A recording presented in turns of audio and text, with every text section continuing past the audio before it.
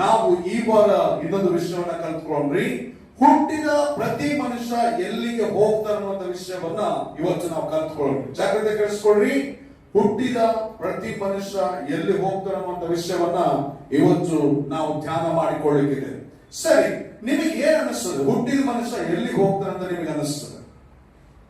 ಇವತ್ತು ಬಹಳಷ್ಟು ಜನರಿಗೆ ಒಂದು ಸಮಸ್ಯೆ ಇದೆ. ಅಂದ್ರೆ ತಾನು ಎಲ್ಲಿಗೆ ಹೋಗ್ತಾನೆ ಅಂತ ಹೇಳಿ ಮನುಷ್ಯನಿಗೆ ಗೊತ್ತಿಲ್ಲ. ತಾನು ಏನ್ ಮಾಡ್ಲಿಕ್ಕಿದ್ದಾನ ಮನುಷ್ಯನಿಗೆ ಗೊತ್ತಿಲ್ಲ.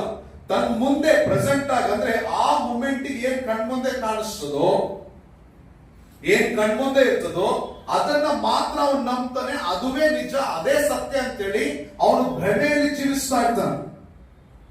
ಮಾನವರಾದಂತ ನಾವೆಲ್ಲರೂ ಸಹ ಭ್ರಮೆಯಲ್ಲಿ ಜೀವಿಸ್ತಾ ಇದ್ದೇವೆ. ನಾನೇನ್ ಹೇಳ್ತೀನಂದ್ರೆ, ಹುಟ್ಟಿದ ಪ್ರತಿ ಮನುಷ್ಯ ಎಲ್ಲಿಗೆ ಹೋಗ್ತಾನೆ, ಇದು ಬಹಳ ಪ್ರಾಮುಖ್ಯವಾದ. ಇದು ಎಷ್ಟು ಪ್ರಾಮುಖ್ಯವಾದಂದ್ರೆ ಅದಕ್ಕಿಂತ ಅಮೂಲ್ಯವಾದ ಇನ್ನೊಂದಿರ್ಬೇಕು. ಈ ಪ್ರಶ್ನೆ ಬರಲೇಬೇಕು. ನಾನು ಯೇಸು ಕ್ರಿಸ್ತ ನಂಬೋದಕ್ಕಿಂತ ಮೊದಲು ನಾನು ಸತ್ತ ಮೇಲೆ ಎಲ್ಲ ಹೋಗ್ತೀನಿ, ಹುಟ್ಟಿದ ಮೇಲೆ ಎಲ್ಲ ಹೋಗ್ತೀನಿ, ಇದು ನನಗೆ ಬರ್ತಿರ್ಲಿಲ್ಲ. ಈ ಲೋಕದಲ್ಲಿ ಯಾರು ಸೃಷ್ಟಿ ಮಾಡಿದ್ರು? ಇದೆಲ್ಲ ಹೇಗಾಗ್ಬಿಡ್ತು? ತನಗೆ ತಾನೇ ಆಗ್ಬಿಡ್ತಾ? ಇದನ್ನ ಯಾರಾದ್ರೂ ಒಬ್ರು ಮಾಡಿರ್ಬೇಕಲ್ಲ, ಯಾರು ಮಾಡಿರ್ಬೇಕು ಅಂತ ಹೇಳಿ ಯಾವಾಗ್ಲೂ ಹುಡುಕ್ತಾ ಇದ್ದೆ. ನಾನು ಸ್ಕೂಲಿಗೆ ಹೋಗ್ಬೇಕಾದ್ರೆ, ನಾನೆಲ್ಲಾದ್ರೂ ಆಟ ಆಡ್ಬೇಕಾದ್ರೆ ಆಕಾಶದ ಕಡೆ ನೋಡ್ಕೊಂಡು ಯಾವಾಗ್ಲೂ ಬರೀ ಇಂಥ ಯೋಚನೆಗಳನ್ನೇ ನಾನು ಮಾಡ್ತಾ ಇದ್ದೆ. ಹಾಗಾಗಿ ಹುಟ್ಟಿದ ಪ್ರತಿ ಮನುಷ್ಯ ಎಲ್ಲಿಗೆ ಹೋಗ್ತಾನೆ, ಹುಟ್ಟಿದ ಪ್ರತಿ ಮನುಷ್ಯ ಎಲ್ಲಿಗೆ ಹೋಗ್ತಾನೆ ಅಂತ ಹೇಳಿ ನಮ್ಗೆ ಇವತ್ತು ಗೊತ್ತಿಲ್ಲ. ನಾನು ಹೇಳೋ ಜಾಗ್ರತೆ ಕೇಳಿಸ್ಕೊಳ್ರಿ. ನಾನು ಹೇಳುವಂತ ವಿಷಯವನ್ನ ಬಹಳ ಜಾಗ್ರತೆ ಕೇಳಿಸ್ಕೊಳ್ರಿ. ಆದಿಕಾಂಡ ಪುಸ್ತಕ 3ನೇ ಅಧ್ಯಾಯದ 19ನೇ ವಚನ ಹೇಳ್ತದೆ, ಮನುಷ್ಯನು ಮಣ್ಣಿನಿಂದ ತೆಗೆಯಲ್ಪಟ್ಟಿರುವುದರಿಂದ ಎಲ್ಲಿಗೆ ಹೋಗ್ತಾನೆ? ತಿರುಗಿ ಮಣ್ಣಿಗೆ ಹೋಗ್ತಾನೆ. ಅಂದ್ರೆ ನಮ್ಮೆಲ್ಲರಿಗೂ ಗೊತ್ತಿರುವ ಒಂದು ಮ್ಯಾಟರ್ ಏನ್ ಗೊತ್ತಾ? ನಾವು ಹುಟ್ಟಿದೀವಿ, ನಾವೇನಾಗ್ತೇವೆ? ಸಾಯ್ತೀವಿ. ಅಂದ್ರೆ ಸಾವಿಗೆ ಅಥವಾ ಮರಣಕ್ಕೆ ಹೋಗ್ತೀವಿ ಅನ್ನೋದು ನಮ್ಮೆಲ್ಲರಿಗೂ ಗೊತ್ತು.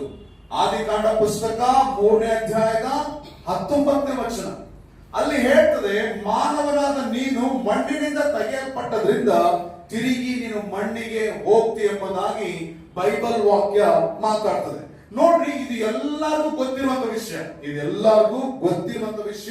ಇದೆಲ್ಲರೂ ಅನುಭವಿಸುವಂತ ವಿಷಯ. ನಮ್ಮೆಲ್ಲರಿಗೂ ಗೊತ್ತು, ಹುಟ್ಟಿದ ಪ್ರತಿ ಮನುಷ್ಯ ಸಾಯ್ತಾನಂತೇಳಿ. ಅವನು ಇನ್ನೇನು ಎಂದಿಗೂ ಸಹ ಬದುಕುವವನಾಗಿರ್ತಾನೆ ಅಂತೇಳಿ ನಮ್ಗೆ ಯಾರಿಗೂ ಸಹ ಅನಿಸೋದಿಲ್ಲ. ಅವನು ಸಾಯ್ತಾನೆ.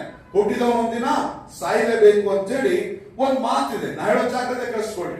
ಹಾಗಾದ್ರೆ ಸತ್ತ ಮೇಲೆ ಏನು ಅವನ ಜೀವನ, ಏನು ಅವನ ಸ್ಥಿತಿಗತಿ, ಏನು ಅವನು ಏನಾಗ್ತಾನೆ? ಇಲ್ಲಿ ಕೂತಂತ ನಾವೆಲ್ಲರೂ ಸತ್ತು ಹೋಗ್ತೇವೆ.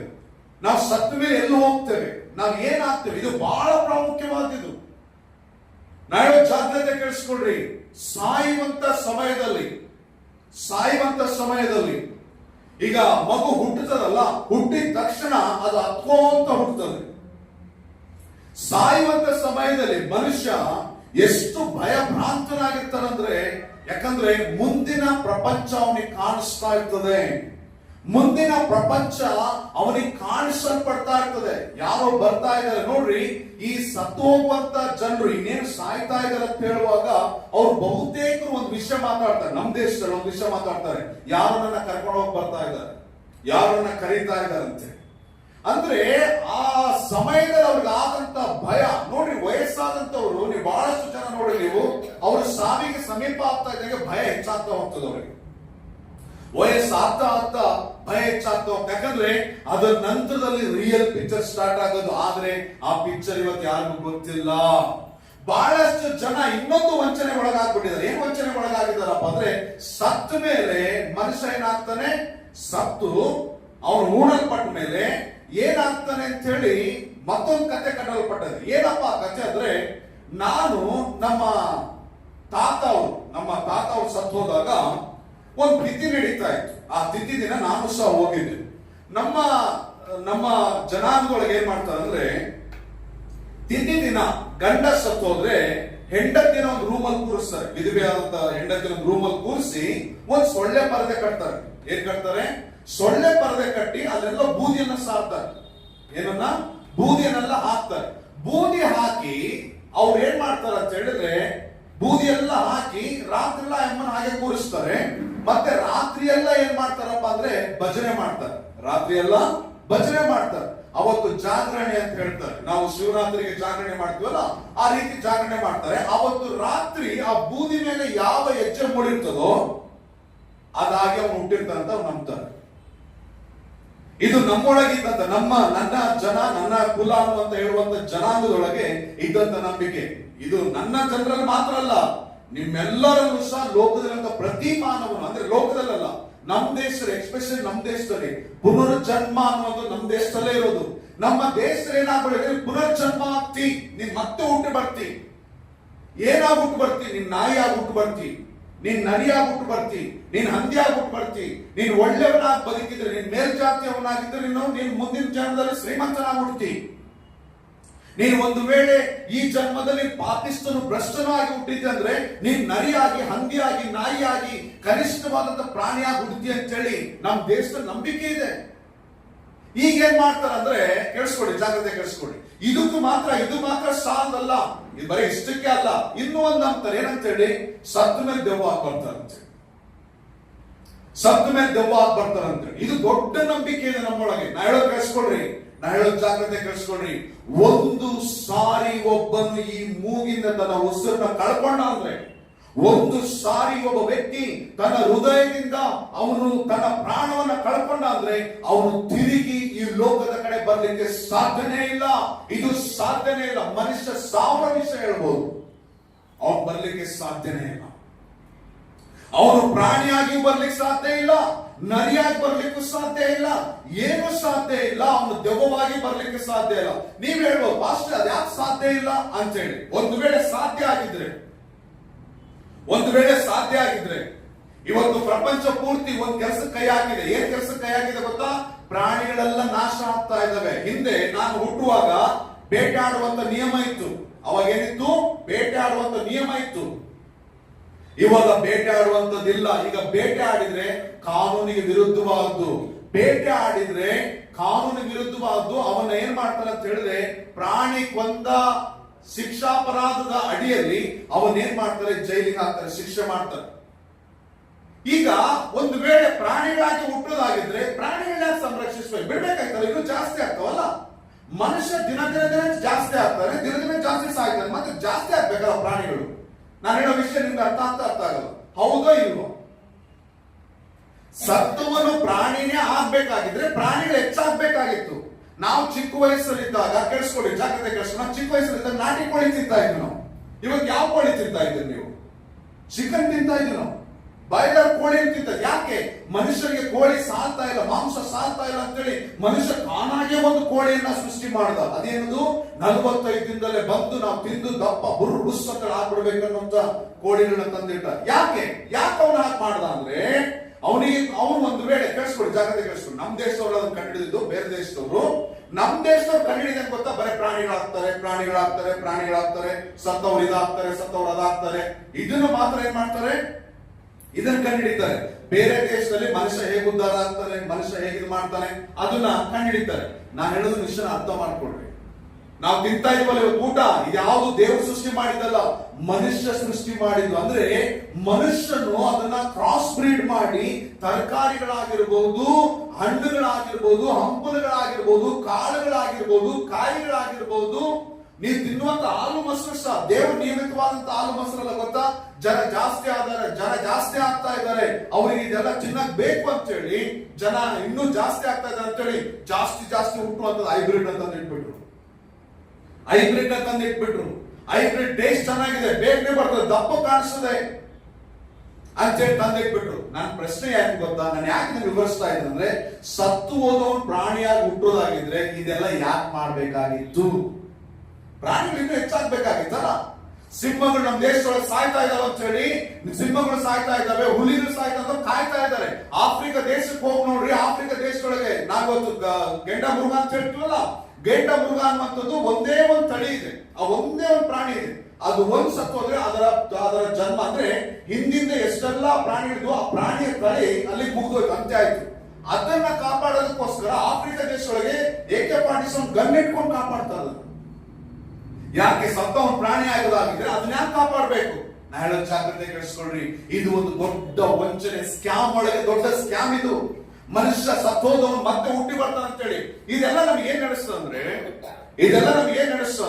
ಅರೆ ನಾವು ಸತ್ತ ಮೇಲೆ ಏನಾಗ್ತೀವೋ ನಮಗೆ ಗೊತ್ತಿಲ್ಲ. ಸತ್ತ ಮೇಲೆ ನರಕಕ್ಕೆ ಹೋಗ್ತೀವೋ, ಸ್ವರ್ಗಕ್ಕೆ ಹೋಗ್ತೀವೋ, ನಾಯಿಯಾಗಿ ಹುಡ್ತೀವೋ, ನರಿಯಾಗಿ ಹುಡ್ತೀವೋ, ಮತ್ತೊಂದಾಗಿ ಹುಡ್ತೀವೋ, ಶ್ರೀಮಂತರ ಮನೆ ಹುಡ್ತೀವೋ, ಬಡವನ ಮನೆ ಹುಡ್ತೀವೋ ನಮಗೆ ಗೊತ್ತಿಲ್ಲ. ಈ ಜನ್ಮ ಇದೆ, ತಿನ್ನು ಕುಡಿ ಮಜಾ ಮಾಡು, ತಿನ್ನು ಕುಡಿ ಮಜಾ ಮಾಡು. ಹೇಳೋದು ಕೇಳಿಸ್ಕೊಳ್ರಿ, ಈ ಜನ್ಮ ಮುಂದಿನ ಜನ್ಮಕ್ಕೆ ನಿನ್ನ ಸಿದ್ಧವಾಗ್ತಾ ಇದ್ದಿ. ಇಲ್ಲಿ ಹೇಗ್ ಬಾಳ್ತೀಯೋ, ಇಲ್ಲಿ ಹೇಗ್ ಜೀವಿಸ್ತೀಯೋ, ಅಲ್ಲಿ ಹಾಗೆ ಇರ್ಲಿಕ್ಕೆ ಸಾಧ್ಯ. ಪ್ರಿಯ ಜನವೇ, ಜಾಗ್ರತೆ ಕೆಡಿಸ್ಕೊಳ್ರಿ. ಹುಟ್ಟಿದ ಮನುಷ್ಯ ಮಣ್ಣಿಗೆ ಹೋಗ್ತಾನೆ, ಮಣ್ಣಿಗೆ ಹೋದವನು ತಿರುಗಿ ಭೂಮಿ ಮೇಲೆ ಬರ್ಲಿಕ್ಕೆ ಸಾಧ್ಯನೇ ಇಲ್ಲ. ಇದು ನನಗೆ ನಾನಾಗ ಹೇಳ್ತಾ ಇದ್ದೇನಾ? ನಿಮಗೆ ಬೇಕಾದ್ರೆ ಒಂದು ವಾಕ್ಯ ಕೊಡ್ತೇನೆ. ಪ್ರಸಂಗಿ ಪುಸ್ತಕ 9ನೇ ಅಧ್ಯಾಯದ 6ನೇ ವಚನ. ಸಿಕ್ಕವರೊಬ್ರು ಓದ್ರಿ. ಪ್ರಸಂಗಿ ಪುಸ್ತಕ 9ನೇ ಅಧ್ಯಾಯದ 6ನೇ ವಚನ. ಅವರ ಪ್ರೀತಿಯು ಅವರ ದ್ವೇಷವು ಅವರ ಹೊಟ್ಟೆ ಕಿಚ್ಚು ಸಹ ಈಗ ಅಳಿದು ಹೋಗಿವೆ. ಸೂರ್ಯನ ಕೆಳಗೆ ಆಗುವ ಯಾವುದರಲ್ಲೂ ಎಂದಿಗೂ ಅವರಿಗೆ ಪಾಲು ಇಲ್ಲ. ಸತ್ತೋದನ ಬಗ್ಗೆ ಮಾತಾಡ್ತಾ ಇದೆ. ಅವನ ಪ್ರೀತಿ, ಅವನ ದ್ವೇಷ ಎಲ್ಲ ಮುಗಿದೋಗ್ಬಿಟ್ಟಿದೆ. ಈಗ ಅಲ್ಲಿ ಒಂದು ಮಾತಾಡಲ್ಪಟ್ಟಿದೆ, ಸೂರ್ಯನ ಆ ಪದ ಏನಿದೆ ಓದಮ್ಮ? ಸೂರ್ಯನ ಕೆಳಗೆ ಆಗುವ ಯಾವುದರಲ್ಲೂ ಎಂದಿಗೂ ಅವರಿಗೆ ಪಾಲು ಇಲ್ಲ. ಸೂರ್ಯನ ಕೆಳಗೆ ಆಗುವ ಪಾಲು ಅಂದ್ರೆ ಸೂರ್ಯನ ಕೆಳಗೆ ಏನೆಲ್ಲ ಆಗ್ತದೋ ಅದರಲ್ಲಿ ಎಂದಿಗೂ ಸಹ ಯಾವಾಗ್ಲೂ ಏನಿಲ್ಲ, ಪಾಲಿಲ್ಲ ಅಂತೇಳಿ ಬೈಬಲ್ ವಾಕ್ಯ ಮಾತ್ರ. ಅಂದ್ರೆ ತಿರುಗಿ ಅವನು ಬರ್ಲಿಕ್ಕೆ ಸಾಧ್ಯನೇ ಇಲ್ಲ. ಮುಗ್ದೋಯ್ತಷ್ಟೇ, ಅವನು ಮುಗಿದೋಯ್ತು. ಇನ್ನೆಂದಿಗೂ ಸಹ ಈ ಸೂರ್ಯನ ಬೆಳಕಲ್ಲಿ, ಸೂರ್ಯನ ನೆರಳಲ್ಲಿ ಏನಾಗ್ಲಿಕ್ಕೆ ಸಾಧ್ಯ ಇಲ್ಲ. ಅವನು ತಿರುಗಿ ಮತ್ತೆ ಬರ್ಲಿಕ್ಕೆ ಸಾಧ್ಯ ಇಲ್ವೇ ಇಲ್ಲ. ಜಾಗ್ರತೆ ಕೆಡಿಸ್ಕೊಡ್ರಿ. ನಾ ಹೇಳೋದು ಜಾಗ್ರತೆ ಕೆಡಿಸ್ಕೊಡ್ರಿ. ಯಾವುದೇ ಧರ್ಮದವನಾಗಿರ್ಲಿ, ಯಾವುದೇ ಭಾಷೆಯವನಾಗಿರ್ಲಿ, ಯಾವುದೇ ಜನಾಂಗ ಆಗಿರ್ಲಿ, ಎಲ್ಲರೂ ಎಲ್ಲಿಗೆ ಹೋಗ್ತಾರೆ ಗೊತ್ತಾ? ಹುಟ್ಟಿದವರು. ಜಾಗ್ರತೆ ಕೆಡಿಸ್ಕೊಡ್ರಿ. ಈಗ ಹುಟ್ಟು ಬಿಟ್ರು, ಹುಟ್ಟಿ ಜೀವನ ಮಾಡ್ಬಿಟ್ರು, ಈಗ ತಿರುಗಿ ಬರುವಂತದ್ದು, ತಿರುಗಿ ಹುಟ್ಟುವಂತದ್ದು, ಪ್ರಾಣಿ ಆಗುವಂತದ್ದು, ಶ್ರೀಮಂತನಾಗಿ ಹುಟ್ಟುವಂತದ್ದು, ಇದೆಲ್ಲ ಸುಳ್ಳು. ಇನ್ನ ಭೂಲೋಕದಲ್ಲ ಇನ್ನೆಂದಿಗೂ ಸಹ ಅವನಿಗೆ ಏನಿಲ್ಲ, ಪಾಲಿಲ್ಲ. ಸತ್ತೋದಂತ ವ್ಯಕ್ತಿ ನೀವು ಏನೇ ಮಾಡ್ರಿ ಪ್ರಯೋಜನ ಇಲ್ಲ. ಏನೇ ಮಾಡ್ಬೇಕಂದ್ರೆ ಜೀವಂತವಾಗಿದ್ದಾಗಲೇ ಮಾಡ್ರಿ ಮನುಷ್ಯನಿಗೆ. ಅವನು ಇನ್ನೆಂದಿಗೂ ಸಹ ಬರಲ್ಲ. ನಮ್ಮಲ್ಲಿ ಇನ್ನೊಂದು ಪದ್ಧತಿ ಇದೆ. ಸತ್ತು ನಾವು ಏನ್ ಮಾಡ್ತೀವಿ, ಈ ತಿಥಿ ಅಂತ ಮಾಡ್ಬೇಕಾದ್ರೆ ತಕೊಂಡೋಗಿ ಪಿಂಡ ಇಕ್ತೀವಿ. ಪಿಂಡ ಇಕ್ಕಿದಾಗ ಕಾಗೆ ಹಾಕಿ ಬಂದು ಮುಟ್ಟ ಅಂತದನ್ನ. ಅದಕ್ಕಿಂತ ಮೋಸ ಇನ್ನೊಂದಿಲ್ಲ. ಜೀವಂತವಾಗಿದ್ದ ಒಂದಿನ ಊಟ ಕೊಡಲ್ಲ ನಾವು. ಸತ್ತ ಮೇಲೆ ಕುರಿಗಳ ಮಾಂಸಗಳನ್ನ ಮಾಡ್ಕೊಂಡು ನಾವು ತಿನ್ನೋದು. ಯಾಕೆ ಮಾಡ್ಕೊಂಡು ತಿಂತೀವಿ ನಾವು? ನಮಗ್ ಬೇಕು, ನಾವು ಮಾಡ್ಕೊಂಡು ತಿಂತೀವಿ. ಪ್ರಿಯ ಜನರೇ, ಜಾಗ್ರತೆ ಕೆಡಿಸ್ಕೊಡ್ರಿ. ಲೋಕದಲ್ಲಿ ಒಂದ್ ಸತಿ ಒಬ್ಬ ಮನುಷ್ಯ ಹುಟ್ಟಿದ ಅಂದ್ರೆ ಅವನು ಯಾವುದೇ ಧರ್ಮದವನಾಗಿರ್ಲಿ, ಯಾವುದೇ ಭಾಷೆಯವನಾಗಿರ್ಲಿ, ಯಾವುದೇ ಜನಾಂಗದವನಾಗಿರ್ಲಿ, ಎಲ್ಲರೂ ನರಕಕ್ಕೆ ಹೋಗ್ತಾರೆ. ಜಾಗ್ರತೆ ಕೆಡಿಸ್ಕೊಡ್ರಿ. ಎಲ್ಲರೂ ನರಕಕ್ಕೆ ಹೋಗ್ತಾರೆ. ನರಕ ಬಿಟ್ಟರೆ ಬೇರೆ ದಾರಿ ಇಲ್ಲ. ಸಾವು ನಮ್ಮೆಲ್ಲರಿಗೂ ಗೊತ್ತು. ಸಾವಿನ ನಂತರ ಜೀವನ ಯಾವ್ದು ಗೊತ್ತಾ? ನರಕ. ಜಾಗ್ರತೆ ಕೆಡಿಸ್ಕೊಡ್ರಿ. ಸಾವಿನ ನಂತರದಲ್ಲಿ ಅವನಿಗೆ ನರಕ. ಮನುಷ್ಯ ಮೊದಲೇನ್ ಮಾಡ್ತಾನಪ್ಪ ಅಂದ್ರೆ ಈ ಭೂಮಿಗೆ ಬರ್ತಾನೆ. ತಾಯಿ ಗರ್ಭದಿಂದ ಭೂಮಿಗೆ ಬರ್ತಾನೆ. ತಾಯಿ ಗರ್ಭದಿಂದ ಭೂಮಿಗೆ ಬಂದ ಆದ್ಮೇಲೆ ಅವನು ಎದ್ದು ಈ ಲೋಕ ನೋಡಿದ ತಕ್ಷಣ ಜೀವನದೊಳಗೆ ಪ್ರವೇಶ ಮಾಡ್ತಾನೆ. ಜೀವನದೊಳಗೆ ಪ್ರವೇಶ ಮಾಡಿ ಕಡೆದಾಗ ಏನಾಗ್ತಂದ್ರೆ ಮರಣಕ್ಕೆ ಹೋಗ್ತಾನೆ. ಅಂದ್ರೆ ಹುಟ್ಟು, ಜೀವನ, ಮರಣ. ಹುಟ್ಟು, ಜೀವನ, ಮರಣ ಇದಕ್ಕೆ ಹೋಗ್ತಾನೆ. ಮತ್ತೆ ಹಾಗಾದ್ರೆ ಇದಾದ್ಮೇಲೆ ಎಲ್ಲಿಗೆ ಹೋಗ್ತಾನೆ? ಜಾಗ್ರತೆ ಕೆಡಿಸ್ಕೊಳ್ರಿ. ಇವತ್ತು ನೀವು ಹೋಗೋದಕ್ಕೋಸ್ಕರ ದಾರಿಗಳಿದಾವೆ. ಇವತ್ತು ನಿಮಗೆ ಗೊತ್ತು, ಪ್ರಾರ್ಥನೆ ಮುಗಿದ ತಕ್ಷಣ, ಸಭೆ ಮುಗಿದ ತಕ್ಷಣ ನಾವೆಲ್ಲಿ ಹೋಗ್ತೀವಿ ಅನ್ನೋದು ನಮಗೆ ಚೆನ್ನಾಗಿ ಗೊತ್ತು. ನಾವು ನಮ್ಮ ಮನೆಗಳಿಗೆ ಹೋಗ್ತೇವೆ, ನಾವು ನಮ್ಮ ಸ್ನೇಹಿತರ ಬಳಿಗೆ ಹೋಗ್ತೇವೆ, ನಮ್ಮ ಬಂಧುಗಳ ಬಳಿಗೆ ಹೋಗ್ತೇವೆ, ಎಲ್ಲಾ ಕಡೆ ಹೋಗ್ತೇವೆ. ಯಾಕಂದ್ರೆ ಇವತ್ತು ನಮ್ಮ ದಾರಿ ನಮಗೆ ಚೆನ್ನಾಗಿ ಗೊತ್ತು. ಆದ್ರೆ ಸತ್ತ ನಂತರದಲ್ಲಿ ಎಲ್ಲಿಗೆ ಹೋಗ್ತೀವನ್ನ ದಾರಿ ನಮಗೆ ಗೊತ್ತಿಲ್ಲ. ಆದ್ರೆ ದೇವರೇನ್ ಮಾಡಿದ್ರೆ ಈ ಲೋಕದಲ್ಲಿ ಸಾರಿದ್ದಾನೆ. ಎಲ್ಲಿಗೆ ಹೋಗ್ತಾನೆ? ಹುಟ್ಟಿದ ಪ್ರತಿ ಮಾನವ ಅವನು ಹುಟ್ಟಾನೆ. ಹುಟ್ಟಿದ ಮೇಲೆ ಅವನ ಜೀವನಕ್ಕೆ ಪ್ರವೇಶ ಮಾಡ್ತಾನೆ. ಜೀವನಕ್ಕೆ ಪ್ರವೇಶ ಮಾಡಿದ್ಮೇಲೆ ಮರಣಕ್ಕೆ ಹೋಗ್ತಾನೆ. ಮರಣ ಆದ ಮೇಲೆ ಏನಾಗ್ತಾನೆ ಅಂದ್ರೆ ಅವನು ಪಾತಾಳಕ್ಕೆ ಹೋಗ್ತಾನೆ. ಕೇಳಿಸ್ಕೊಳ್ರಿ, ನಾವು ಪಾತಾಳ ಎಂಬುದಾಗಿ ನೋಡ್ತೇವೆ. ಪಾತ, ಆಳ ಅನ್ನುವಂತ ಎರಡು ಪದಗಳನ್ನ ನಿಮ್ಗೆ ಹೇಳ್ತೀನಿ, ಕೇಳಿಸ್ಕೊಳ್ರಿ, ಜಾಗ್ರತೆ ಕೇಳಿಸ್ಕೊಳ್ರಿ. ಪಾತ ಅಂದ್ರೆ ಏನ್ ಗೊತ್ತಾ? ಪಾತ ಮತ್ತು ಆಳ ಅನ್ನುವಂತ ಎರಡು ಪದಗಳಿಂದ ಒಂದು ಪದ ಮಾಡಲ್ಪಟ್ಟಿದೆ, ಅದುವೇ ಪಾತಾಳ ಅನ್ನುವಂತ ಅದರ ಅರ್ಥ. ಪಾತ ಅಂದ್ರೆ ಬೀಳೋದು. ಏನು? ನಾವು ಕೆಳಗಿನ ಮೇಲಿಂದ ಬೀಳ್ತದಲ್ಲ, ಅದಕ್ಕೆ ಪಾತ.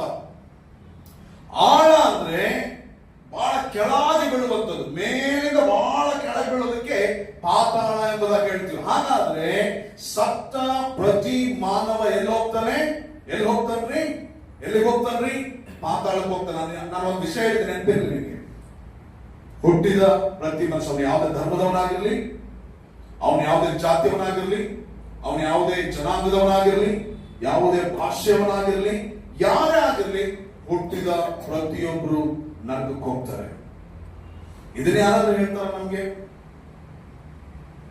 ನಮಗೆ ಬಹಳಷ್ಟು ಕಥೆಗಳಿದಾವೆ.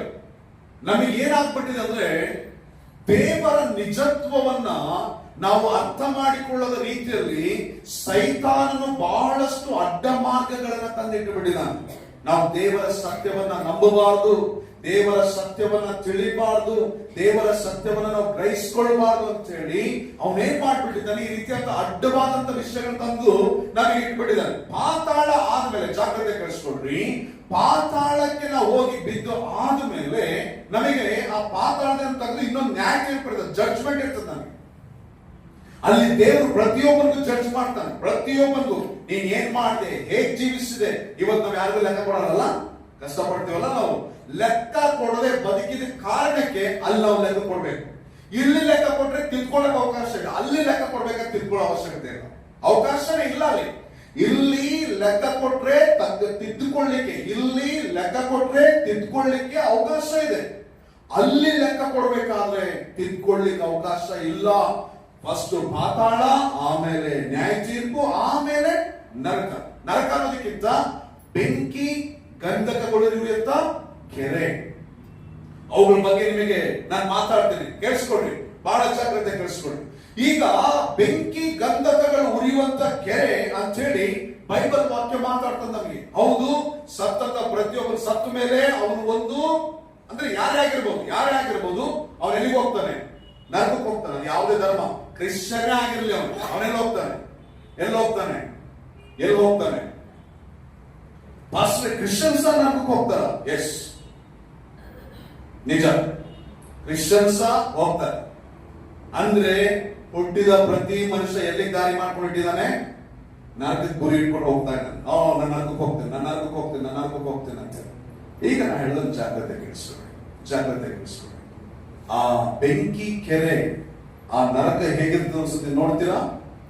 ಸರಿ, ಒಂದು ವಾಕ್ಯ ಓದೋಣ. ಪ್ರಕಟಣೆ ಗ್ರಂಥ, Revelation, book of Revelation, chapter 14 verse 10 to 11. ಪ್ರಕಟಣೆ ಪುಸ್ತಕ 14ನೇ ಅಧ್ಯಾಯ 10 ಮತ್ತು 11ನೇ ವಚನ. ಅಂತವನು ದೇವರ ಕೋಪವೆಂಬ ಪಾತ್ರೆಯಲ್ಲಿ ಏನೂ ಬೆರೆಸದೆ ಹಾಕಿದ ಆತನ ರೌದ್ರವೆಂಬ ದ್ರಾಕ್ಷಾರಸವನ್ನು ಕುಡಿಯುವನು.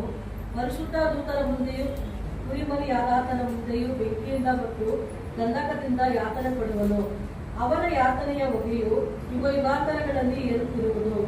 ಆ ಮೃಗಕ್ಕೂ ಅದರ ಸಾಕು, ಅಲ್ಲಿ ಏನಿರ್ತದೆ? ಅವನ ಯಾತನೆಯ ಹೊಗೆಯು ಯುಗಾಂತರಗಳವರೆಗೆ ಏನಾಗ್ತಂತೆ? ಏರ್ತಾ ಇರ್ತಂತೆ. ಕೇಳಿಸ್ಕೊಡ್ರಿ, ಆ ನರಕದೊಳಗೆ ಭಯಂಕರವಾದಂತ, ಕೇಳಿಸ್ಕೊಡ್ರಿ, ಆ ನರಕ ಹೇಗಿರ್ತದೆ ನಾನು ಹೇಳ್ಬಿಡ್ತೇನೆ. ನೀವು ನೋಡಿರೋ ನರಕ ಬೇರೆ, ಏನು ಎಣ್ಣೆಯಲ್ಲಿ ಕುದಿಸೋ ನರಕ, ತ್ರಿಶೂಲದಲ್ಲಿ ಚುಚ್ಚುವಂತ ನರಕ, ನೀವು ಇದನ್ನ ಕೇಳಿದ್ರಿ ನೀವು. ಬಟ್ ಇಲ್ಲೊಂದು ನರಕದ ಬಗ್ಗೆ ಮಾತಾಡಬೇಕು. ಆ ನರಕದ ಬಗ್ಗೆ ಮಾತಾಡ್ತೀನಿ, ಕೇಳಿಸ್ಕೊಳ್ಳಿ, ಜಾಗ್ರತೆ ಕೇಳಿಸ್ಕೊಳ್ಳಿ. ನರಕದ ಬಗ್ಗೆ ಮಾತಾಡಿದ್ರೆ ಆ ನರಕ ಹೇಗಿದೆ ಅಂದ್ರೆ, ಅಲ್ಲಿ ಬೆಂಕಿ ಗಂಧಕಗಳಿರ್ತಾವಂತೆ. ಬೆಂಕಿ ನೀವೆಲ್ಲ ನೋಡಿದ್ದೀರಿ, ಬೆಂಕಿ ಅಂದ್ರೆ ಉರಿತಾ ಇರೋದು. ಗಂಧಕ ಅಂದ್ರೆ ಗೊತ್ತಿಲ್ಲ ನಿಮಗೆ? ಈ ಕೆಂಡಗಳಿದಾವಲ್ಲ, ನಾವು ಬೆಂಕಿ ಕೆಂಡಗಳು ಅಂತ ನಾವು ಹೇಳ್ತೀವಲ್ಲ, ಆ ಕೆಂಡಗಳು ಗಂಧಕಗಳಾಗಿ ಮಾರ್ಪಟ್ರೆ, ಈಗ ನನ್ನ ತಲೆ ಮೇಲೆ ಬಿತ್ತು ಅಂತ ಆ ಕೆಂಡ, ಆ ಗಂಧಕ ಬಿದ್ರೆ ಇಲ್ಲಿಂದ ಒಳಗೆ ಹಾಗೆ ಏನಾಗ್ತದೆ? ಸೋರ್ಕೊಂಡು ಹಾಗೆ ಹೋಗ್ಬಿಡ್ತದೆ. ಅಂದ್ರೆ ಮನುಷ್ಯನ ಮಾಂಸವನ್ನ ಕಲ್ಲು ಮಣ್ಣು ಏನಾದ್ರೂ ಆಗಿರ್ಬೋದು, ಸೆಕೆಂಡ್ ಅಲ್ಲಿ ಹಿಂಗ್ ತಿಳ್ಕೊಂಡು ಈಗ ಹೋಗ್ಬಿಡ್ತು. ಅಂದ್ರೆ ಗಂಧಕವನ್ನ ತಡೆ ಹಿಡಿದು ನಿಲ್ಲಿಸುವಂತದ್ದು ಈ ಲೋಕದಲ್ಲಿ ಯಾವುದಿಲ್ಲ. ಅಂತ ಭಯಾನಕವಾದಂತ ನರಕ ಅದು. ಈಗ ಬರೀ ಅದು ಅಷ್ಟು ಮಾತ್ರವಲ್ಲ, ಅಲ್ಲಿ ಸಾಯದಿರುವಂತ ಹುಳಗಳಿರ್ತಾವಂತೆ. ಏನಿರ್ತಾವಂತೆ ರೀ? ಸಾಯದೇ ಇರುವಂತ ಹುಳಗಳಿರ್ತಾವಂತೆ. ಆ ಹುಳಗಳು ಏನ್ ಮಾಡ್ತಾ ಇರ್ತಾವಂತೆ? ಕಸ. ಒಂದು ಕಡೆ ಬೆಂಕಿ, ಇನ್ನೊಂದು ಕಡೆ ನಾವು ನೋಡ್ತೀವಿ, ಏನಂತ ಹೇಳಿ ನೋಡ್ತೀವಿ ಅಂದ್ರೆ, ಇನ್ನೊಂದು ಕಡೆ ನಾವು ನೋಡುವಂತದ್ದು ಸಾಯದಿರುವಂತ ಹುಳಗಳು ಮನುಷ್ಯನ ಯಾತನೆ ಪಡಿಸ್ತಾ ಇದ್ರೆ, ಆ ಯಾತನೆ ಎಷ್ಟು ದಿನ ಇರ್ತದ ಅಂತ ಹೇಳ್ರಿ? ಒಂದಿನ ಇರ್ತದ, 2 ದಿನ ಇರ್ತದ, 3 ದಿನ ಇರ್ತದ. ನಾವು ಇವತ್ತು ಎಂಜಾಯ್ಮೆಂಟ್ಗೋಸ್ಕರ, ಸ್ವಲ್ಪ ಹೊತ್ತಿಗೆ ಸಂತೋಷಕ್ಕೋಸ್ಕರ ಏನ್ ಬೇಕಾದ್ರೂ ಮಾಡ್ತೀವಿ ನಾವು.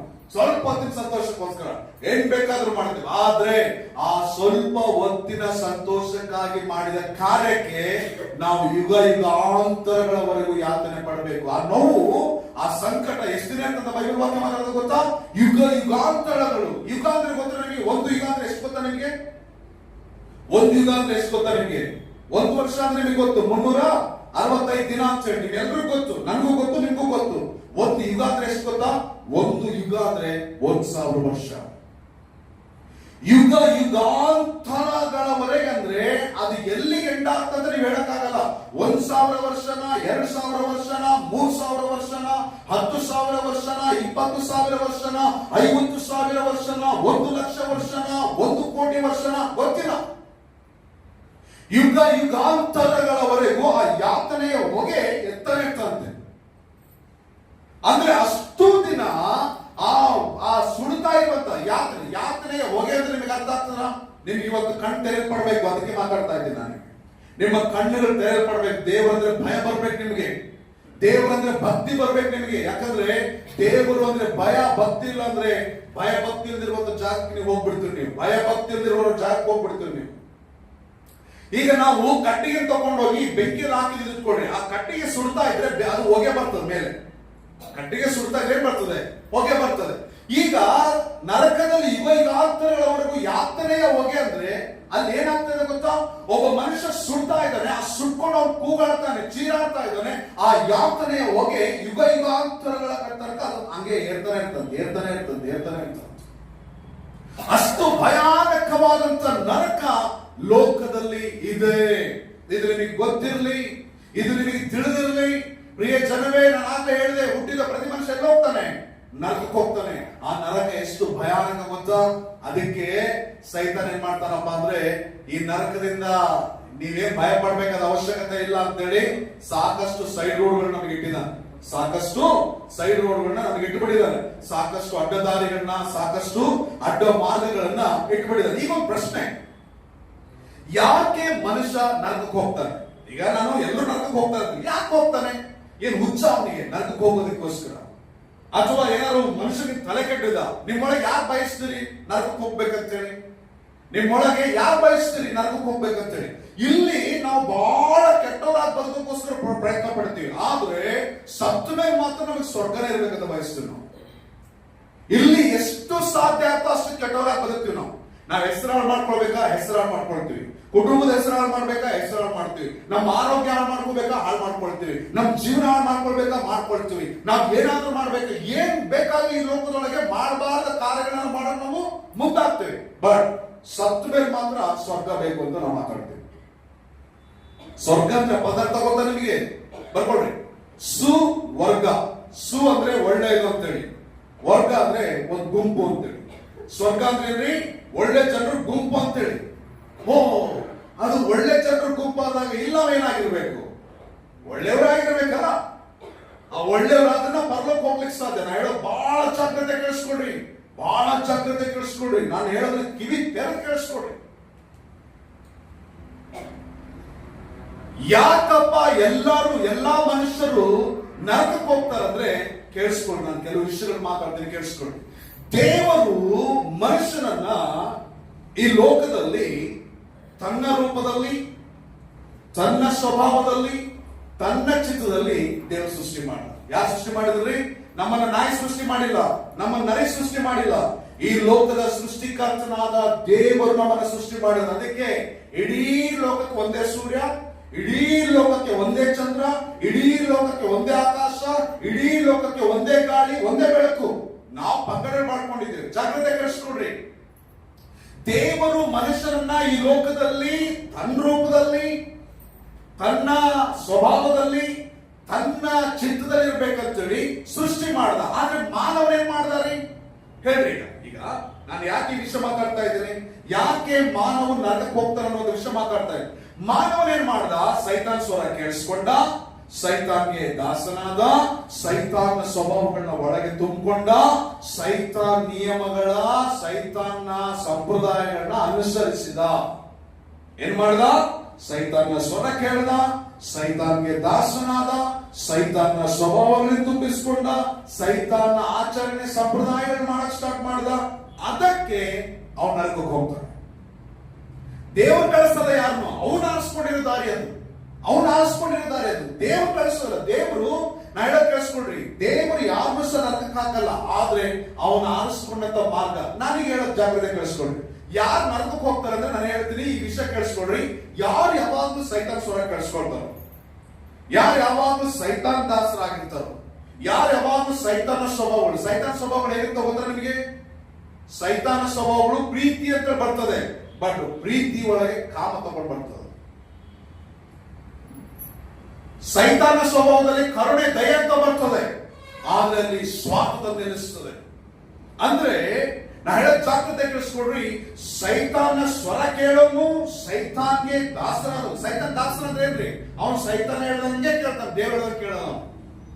ದೇವರ ಸೇವಕ ಹೇಳ್ದಂಗೆ ಕೇಳಲ್ಲ, ಸೈತಾನ್ ಹೇಳ್ದಂಗೆ ಕೇಳ್ತಾನೆ. ಸೈತಾನ್ ನೀನ್ ಪ್ರಾರ್ಥನೆ ಹೋಗ್ಬೇಡ ಅಂದ್ರೆ ಹೋಗಲ್ಲ.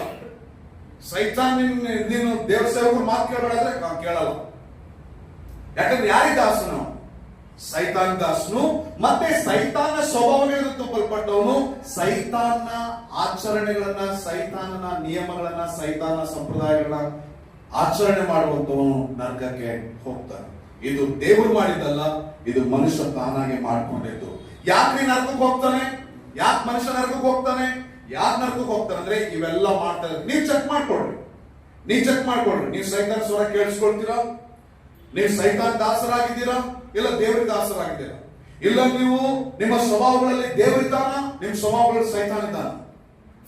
ನೀವು ದೇವರ ನಿಯಮಗಳನ್ನು ಅನುಸರಿಸ್ತಾ ಇದ್ದೀರಾ, ಸೈತಾನ ನಿಯಮಗಳನ್ನು ಅನುಸರಿಸ್ತಾ ಇದ್ದೀರಾ? ಯಾಕಂದ್ರೆ ಇದನ್ನು ಮಾಡಿದ್ದಕ್ಕೆ ಏನಾಗ್ತಾ ಇದೆ ಅಂದ್ರೆ ಅವನ್ನ ನರಕಕ್ಕೆ ಹೋಗ್ತಾ ಇದ್ದಾನೆ. ದೇವರನ್ನ ಮಾನವನು ಅನುಸರಿಸಿದ್ರೆ ದೇವರಿರುವ ಸ್ಥಳಕ್ಕೆ ಹೋಗ್ತಾನೆ. ದೇವರನ್ನ ಮಾನವನು ಅನುಸರಿಸಿದ್ರೆ ದೇವರಿರುವ ಸ್ಥಳಕ್ಕೆ ಹೋಗ್ತಾನೆ. ಸೈತಾನನ ಮಾನವನು ಅನುಸರಿಸಿದ್ರೆ ಸೈತಾನಿರೋ ಸ್ಥಳಕ್ಕೆ ಹೋಗ್ತಾನೆ.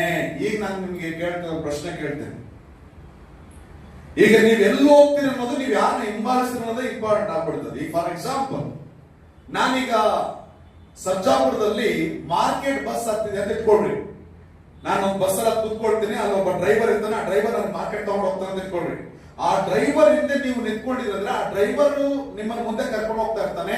ನೀವು ಅವ್ರ ಹಿಂದೆ ಹಿಂಬಾಲಿಸೋದ್ರಿಂದ ಆ ಹೋಗುವಂತ ದಾರಿಯನ್ನು ತೋರಿಸೋದು ಗೊತ್ತಾ? ನೀವು ಮಾರ್ಕೆಟಿಗೆ ಹೋಗ್ತದೆ ಅಂತ ತೋರಿಸ್ತದೆ. ಮಧ್ಯದಲ್ಲಿ ಯಾರಾದ್ರೂ ಬಂದು ಹತ್ತಿ ಎಲ್ಲಿ ಹೋಗ್ತೀರಾ? ಮಾರ್ಕೆಟಿಗೆ ಹೋಗ್ತಾ ಇದ್ದೀರಾ ಅಂತ ಕೇಳ್ತಾರ. ಎಲ್ಲಿ ಹೋಗ್ತಾರೆ? ಮೇಸ್ಟ್ರಿಗೆ ಹೋಗ್ತಾರ ಅಂತ ಕೇಳ್ತಾರ. ಮಾರ್ಕೆಟ್ ಬಸ್ ಅಲ್ಲಿ ನೀನು ಹತ್ತು ಕುತ್ಕೊಂಡಾಗ ಯಾರಾದ್ರೂ ಒಬ್ರು ಹತ್ತಿದ್ರೆ ಮಾರ್ಕೆಟ್ಗೆ ಹೋಗ್ತೀವಿ ಅಂತ ಕೇಳ್ತಾರೆ, ಇಲ್ಲಾಂದ್ರೆ ಎಲ್ಲಿ ತನಕ ಹೋಗ್ತೀವಿ ಅಂತ ಕೇಳ್ತಾರೆ. ಈಗ ನೀವು ಆಲೋಚನೆ ಮಾಡ್ರಿ, ನೀವು ಯಾರನ್ನ ಫಾಲೋ ಮಾಡ್ತಿರೋ ನೀವು ಅಲ್ಲಿಗೆ ಹೋಗ್ತೀರಿ. ದೇವರ ಹಿಂಬಾಲಿಸ್ತೀರಾ? ದೇವರ ಜಾಗಕ್ಕೆ ಹೋಗ್ತೀರಿ. ಸೈತಾನ ಹಿಂಬಾಲಿಸ್ತೀರಾ? ಸೈತಾನ ಜಾಗಕ್ಕೆ ಹೋಗ್ತೀರಿ. ಬಹಳ ಸಿಂಪಲ್. ಅದನ್ನ ಆರಿಸ್ಕೊಂಡಿದ್ಯಾರು? ನಾವೇ, ದೇವರಲ್ಲ, ನಾವೇ. ಅದಕ್ಕೆ ಬಹಳ ಸ್ಟಡಿ ಬೇಡ್ರಿ, ಬಹಳವಾಗಿ ಸ್ಟಡಿ ಬಾರ್ದು. ನಾವು ಬಹಳಷ್ಟು ನಾವೇನಾಗಬಾರ್ದು, ನಾವೇನ್ ಹೇಳ್ತಾರೆ, ಕುದಿಬಾರ್ದು ಅಂತ ಹೇಳ್ತಾರೆ. ನಾವು ಆರಿಸ್ಕೊಂಡಂತ ಮಾರ್ಗ ನಮ್ಮನ್ನೆಲ್ಲೋ ತಗೊಂಡು ಹೋಗ್ತದೆ. ಕೇಳಿಸ್ಕೊಳ್ರಿ, ನಾನು ಆಗ್ಲೇ ಹೇಳಿದೆ, ಯಾವುದೇ ಧರ್ಮದವರಾಗಿರ್ಬೋದು, ಯಾವುದೇ ಜಾತಿಯವರಾಗಿರ್ಬೋದು, ಯಾವುದೇ ಜನಾಂಗದವರಾಗಿರ್ಬೋದು, ಯಾವುದೇ ಭಾಷೆಯವರಾಗಿರ್ಬೋದು, ಯಾವುದೇ ದೇಶದವರಾಗಿರ್ಬೋದು, ಯಾವ ಬಣ್ಣದವರು ಬೇಕಾದ್ರೂ ಆಗಿರ್ಬೋದು, ಅವರೆಲ್ಲ ಹೋಗೋದೆಲ್ಲಿಗೆ? ನರಕಕ್ಕೆ. ಈಗ ಎಲ್ಲರೂ ನರಕಕ್ಕೆ ಹೋಗ್ತಾರೆ ಅಂದಾಗ ಅದರಲ್ಲಿ ಕ್ರೈಸ್ತರು ಇದ್ದಾರೆ. ಅಂದ್ರೆ ಈ ಲೋಕದಲ್ಲಿ ಮಾನವನಾಗಿ ಹುಟ್ಟೋ ಪ್ರತಿಯೊಬ್ಬರು ನರಕಕ್ಕೆ ಹೋಗ್ತಾರೆ. ಯಾಕಂದ್ರೆ ಕಾರಣ ನಾನು ಆಲ್ರೆಡಿ ಹೇಳಿದೆ, ಅವನು ಯಾರ ಸ್ವರ ಕೇಳಿಸ್ಕೊಂಡಿದ್ದಾನೆ? ಸೈತಾನ್ ಸ್ವರ. ಯಾರಿಗೆ ದಾಸನಾಗಿದ್ದಾನೆ? ಸೈತಾನ್ ದಾಸನಾಗಿದ್ದಾನೆ. ಅವನು ಯಾರ ಸ್ವಭಾವಗಳಿಗೆ ತುಂಬಲ್ಪಟ್ಟಿದ್ದಾನೆ? ಸೈತಾನ್ ಸ್ವಭಾವಗಳು ತುಂಬಲ್ಪಟ್ಟಿದ್ದಾನೆ. ಮತ್ತೆ ಸೈತಾನ್ನ ಆಚಾರಗಳನ್ನ, ಅನಾಚಾರಗಳನ್ನ ಮಾಡ್ಕೊಳ್ತಿರ್ತಾನೆ. ಅವು ಬಹಳ ಹ್ಯಾಪಿ ಆಗಿರ್ತದೆ, ನಿಮಗೆ ಬಹಳ ಸಂತೋಷ ಕೊಡ್ತಾವದು. ಅಲ್ಲಿ ನಿಮಗೆ ನೀವು ನೋಡ್ರಿ, ನಾಳೆ ಜಾಗ್ರತೆ ಕಳಿಸ್ಕೊಡ್ರಿ.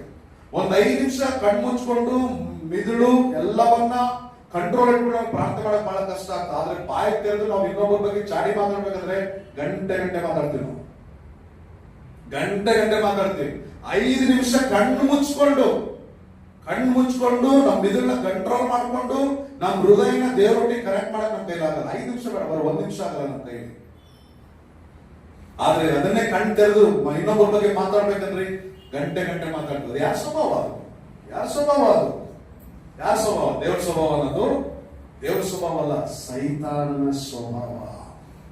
ಸೈತಾನನ ಸ್ವಭಾವ. ಈಗ ನಾನ್ ಕೇಳೋ ವಿಷಯನ ಬಹಳ ಜಾಗ್ರತೆ ಕೇಳಿಸ್ಕೊಳ್ಳಿ. ಈ ನರಕದಿಂದ ತಪ್ಪಿಸಲು ಈ ಲೋಕದಲ್ಲಿ ಯಾವ್ದಾದ್ರು ಮಾರ್ಗ ಇದೆಯಾ? ಅವನು ಯಾರೇ ಆಗಿರ್ಬೋದು, ಮಾನವನಾಗಿ ಹುಟ್ಟಿದ ಪ್ರತಿಯೊಬ್ಬ ನರಕಕ್ಕೆ ಹೋಗ್ಬೇಕಾದ್ರೆ ನರಕದಿಂದ ತಪ್ಪಿಸ್ಕೊಳ್ಳಿಕ್ಕೆ ಏನಾದ್ರೂ ಮಾರ್ಗ ಇದೆಯಾ ಅಂತ ನೋಡೋದಾದ್ರೆ ಇಲ್ಲವೇ ಇಲ್ಲ.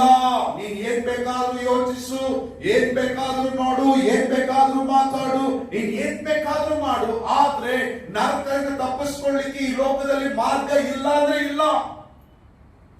ನೀನು ಎಷ್ಟೇ ಸಜ್ಜನನಾಗಿ, ಎಷ್ಟೇ ಉತ್ತಮ ಬಟ್ಟೆ ಉಳ್ಳವನಾಗಿ, ನೀನು ಒಳ್ಳೆ ರಂಗುಳ್ಳವನಾಗಿ, ಒಳ್ಳೆ ಸಾಧು ಸಂತನಾಗಿ ನೀನು ಜೀವಿಸಿದ್ರು ಸಹ ಈ ಲೋಕದೊಳಗೆ ಆ ನರಕದಿಂದ ತಪ್ಪಿಸ್ಕೊಳ್ಳಿಕ್ಕೆ ಸಾಧ್ಯ ಇಲ್ಲವೇ ಇಲ್ಲ.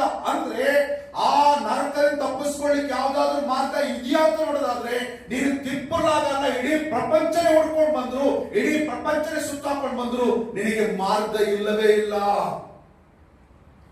ಮಾರ್ಗಗಳಿಲ್ವೇ ಇಲ್ಲ. ಹಾಗಾದ್ರೆ ಈ ನರಕ ತಪ್ಪಿಸ್ಕೊಳ್ಳಿಕ್ಕೆ ಇರೋ ಮಾರ್ಗ ಯಾವುದು? ಏನಿದೆ? ಯಾವ ಮಾರ್ಗದಿಂದ ತಪ್ಪಿಸ್ಕೊಳ್ಬಹುದು? ಈಗ ನಾವೆಲ್ಲರೂ ಸಹ ನರಕಕ್ಕೆ ಹೋಗ್ತೀವಿ ಅನ್ನೋದು ಕನ್ಫರ್ಮ್ ಆಗ್ಬಿಡ್ತು. ಅದು ನೀವು ಕ್ರೈಸ್ತರಾಗಿರ್ಬೋದು, ನೀವು ಹಿಂದೂಗಳಾಗಿರ್ಬೋದು, ನೀವು ಮುಸ್ಲಿಂ ಆಗಿರ್ಬೋದು, ನೀವು ಜೈನರಾಗಿರ್ಬೋದು, ನೀವು ಸಿಖ್ಖರಾಗಿರ್ಬೋದು, ನೀವು ಯಾರು ಬೇಕಾದ್ರೂ ಆಗಿರ್ಬೋದು, ಎಲ್ಲರೂ ಸಹ ನರಕಕ್ಕೆ ಹೋಗ್ತಾರೆ ಕನ್ಫರ್ಮ್ ಆಯ್ತು. ಹಾಗಾದ್ರೆ ನಾನು ಆ ನರಕ ತಪ್ಪಿಸ್ಕೊಳ್ಳೋದು ಹೇಗೆ? ಹೇಗೆ ನಾನು ನರಕ ತಪ್ಪಿಸ್ಕೊಳ್ಬಲ್ಲೆ? ಹೇಗೆ ನಾನು ನರಕ ತಪ್ಪಿಸ್ಕೊಳ್ಬೇಕು ಅಂತ? ಅದಕ್ಕಿರೋ ಒಂದೇ ಒಂದು ಮಾರ್ಗ ಆಗುತ್ತಾ?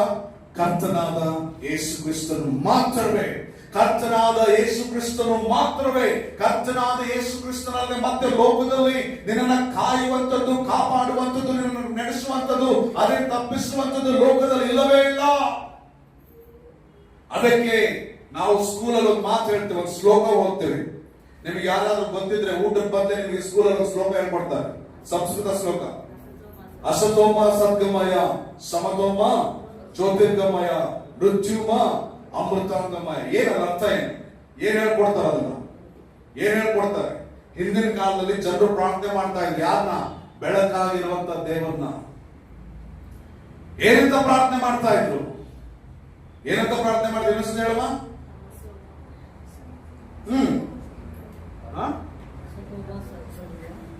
ಯಾರು ನೀವೇ ಉಲ್ಟಾ ಪಟ್ಟ ಹೇಳಕ್ ಸ್ಟಾರ್ಟ್ ಮಾಡಿಲ್ಲ.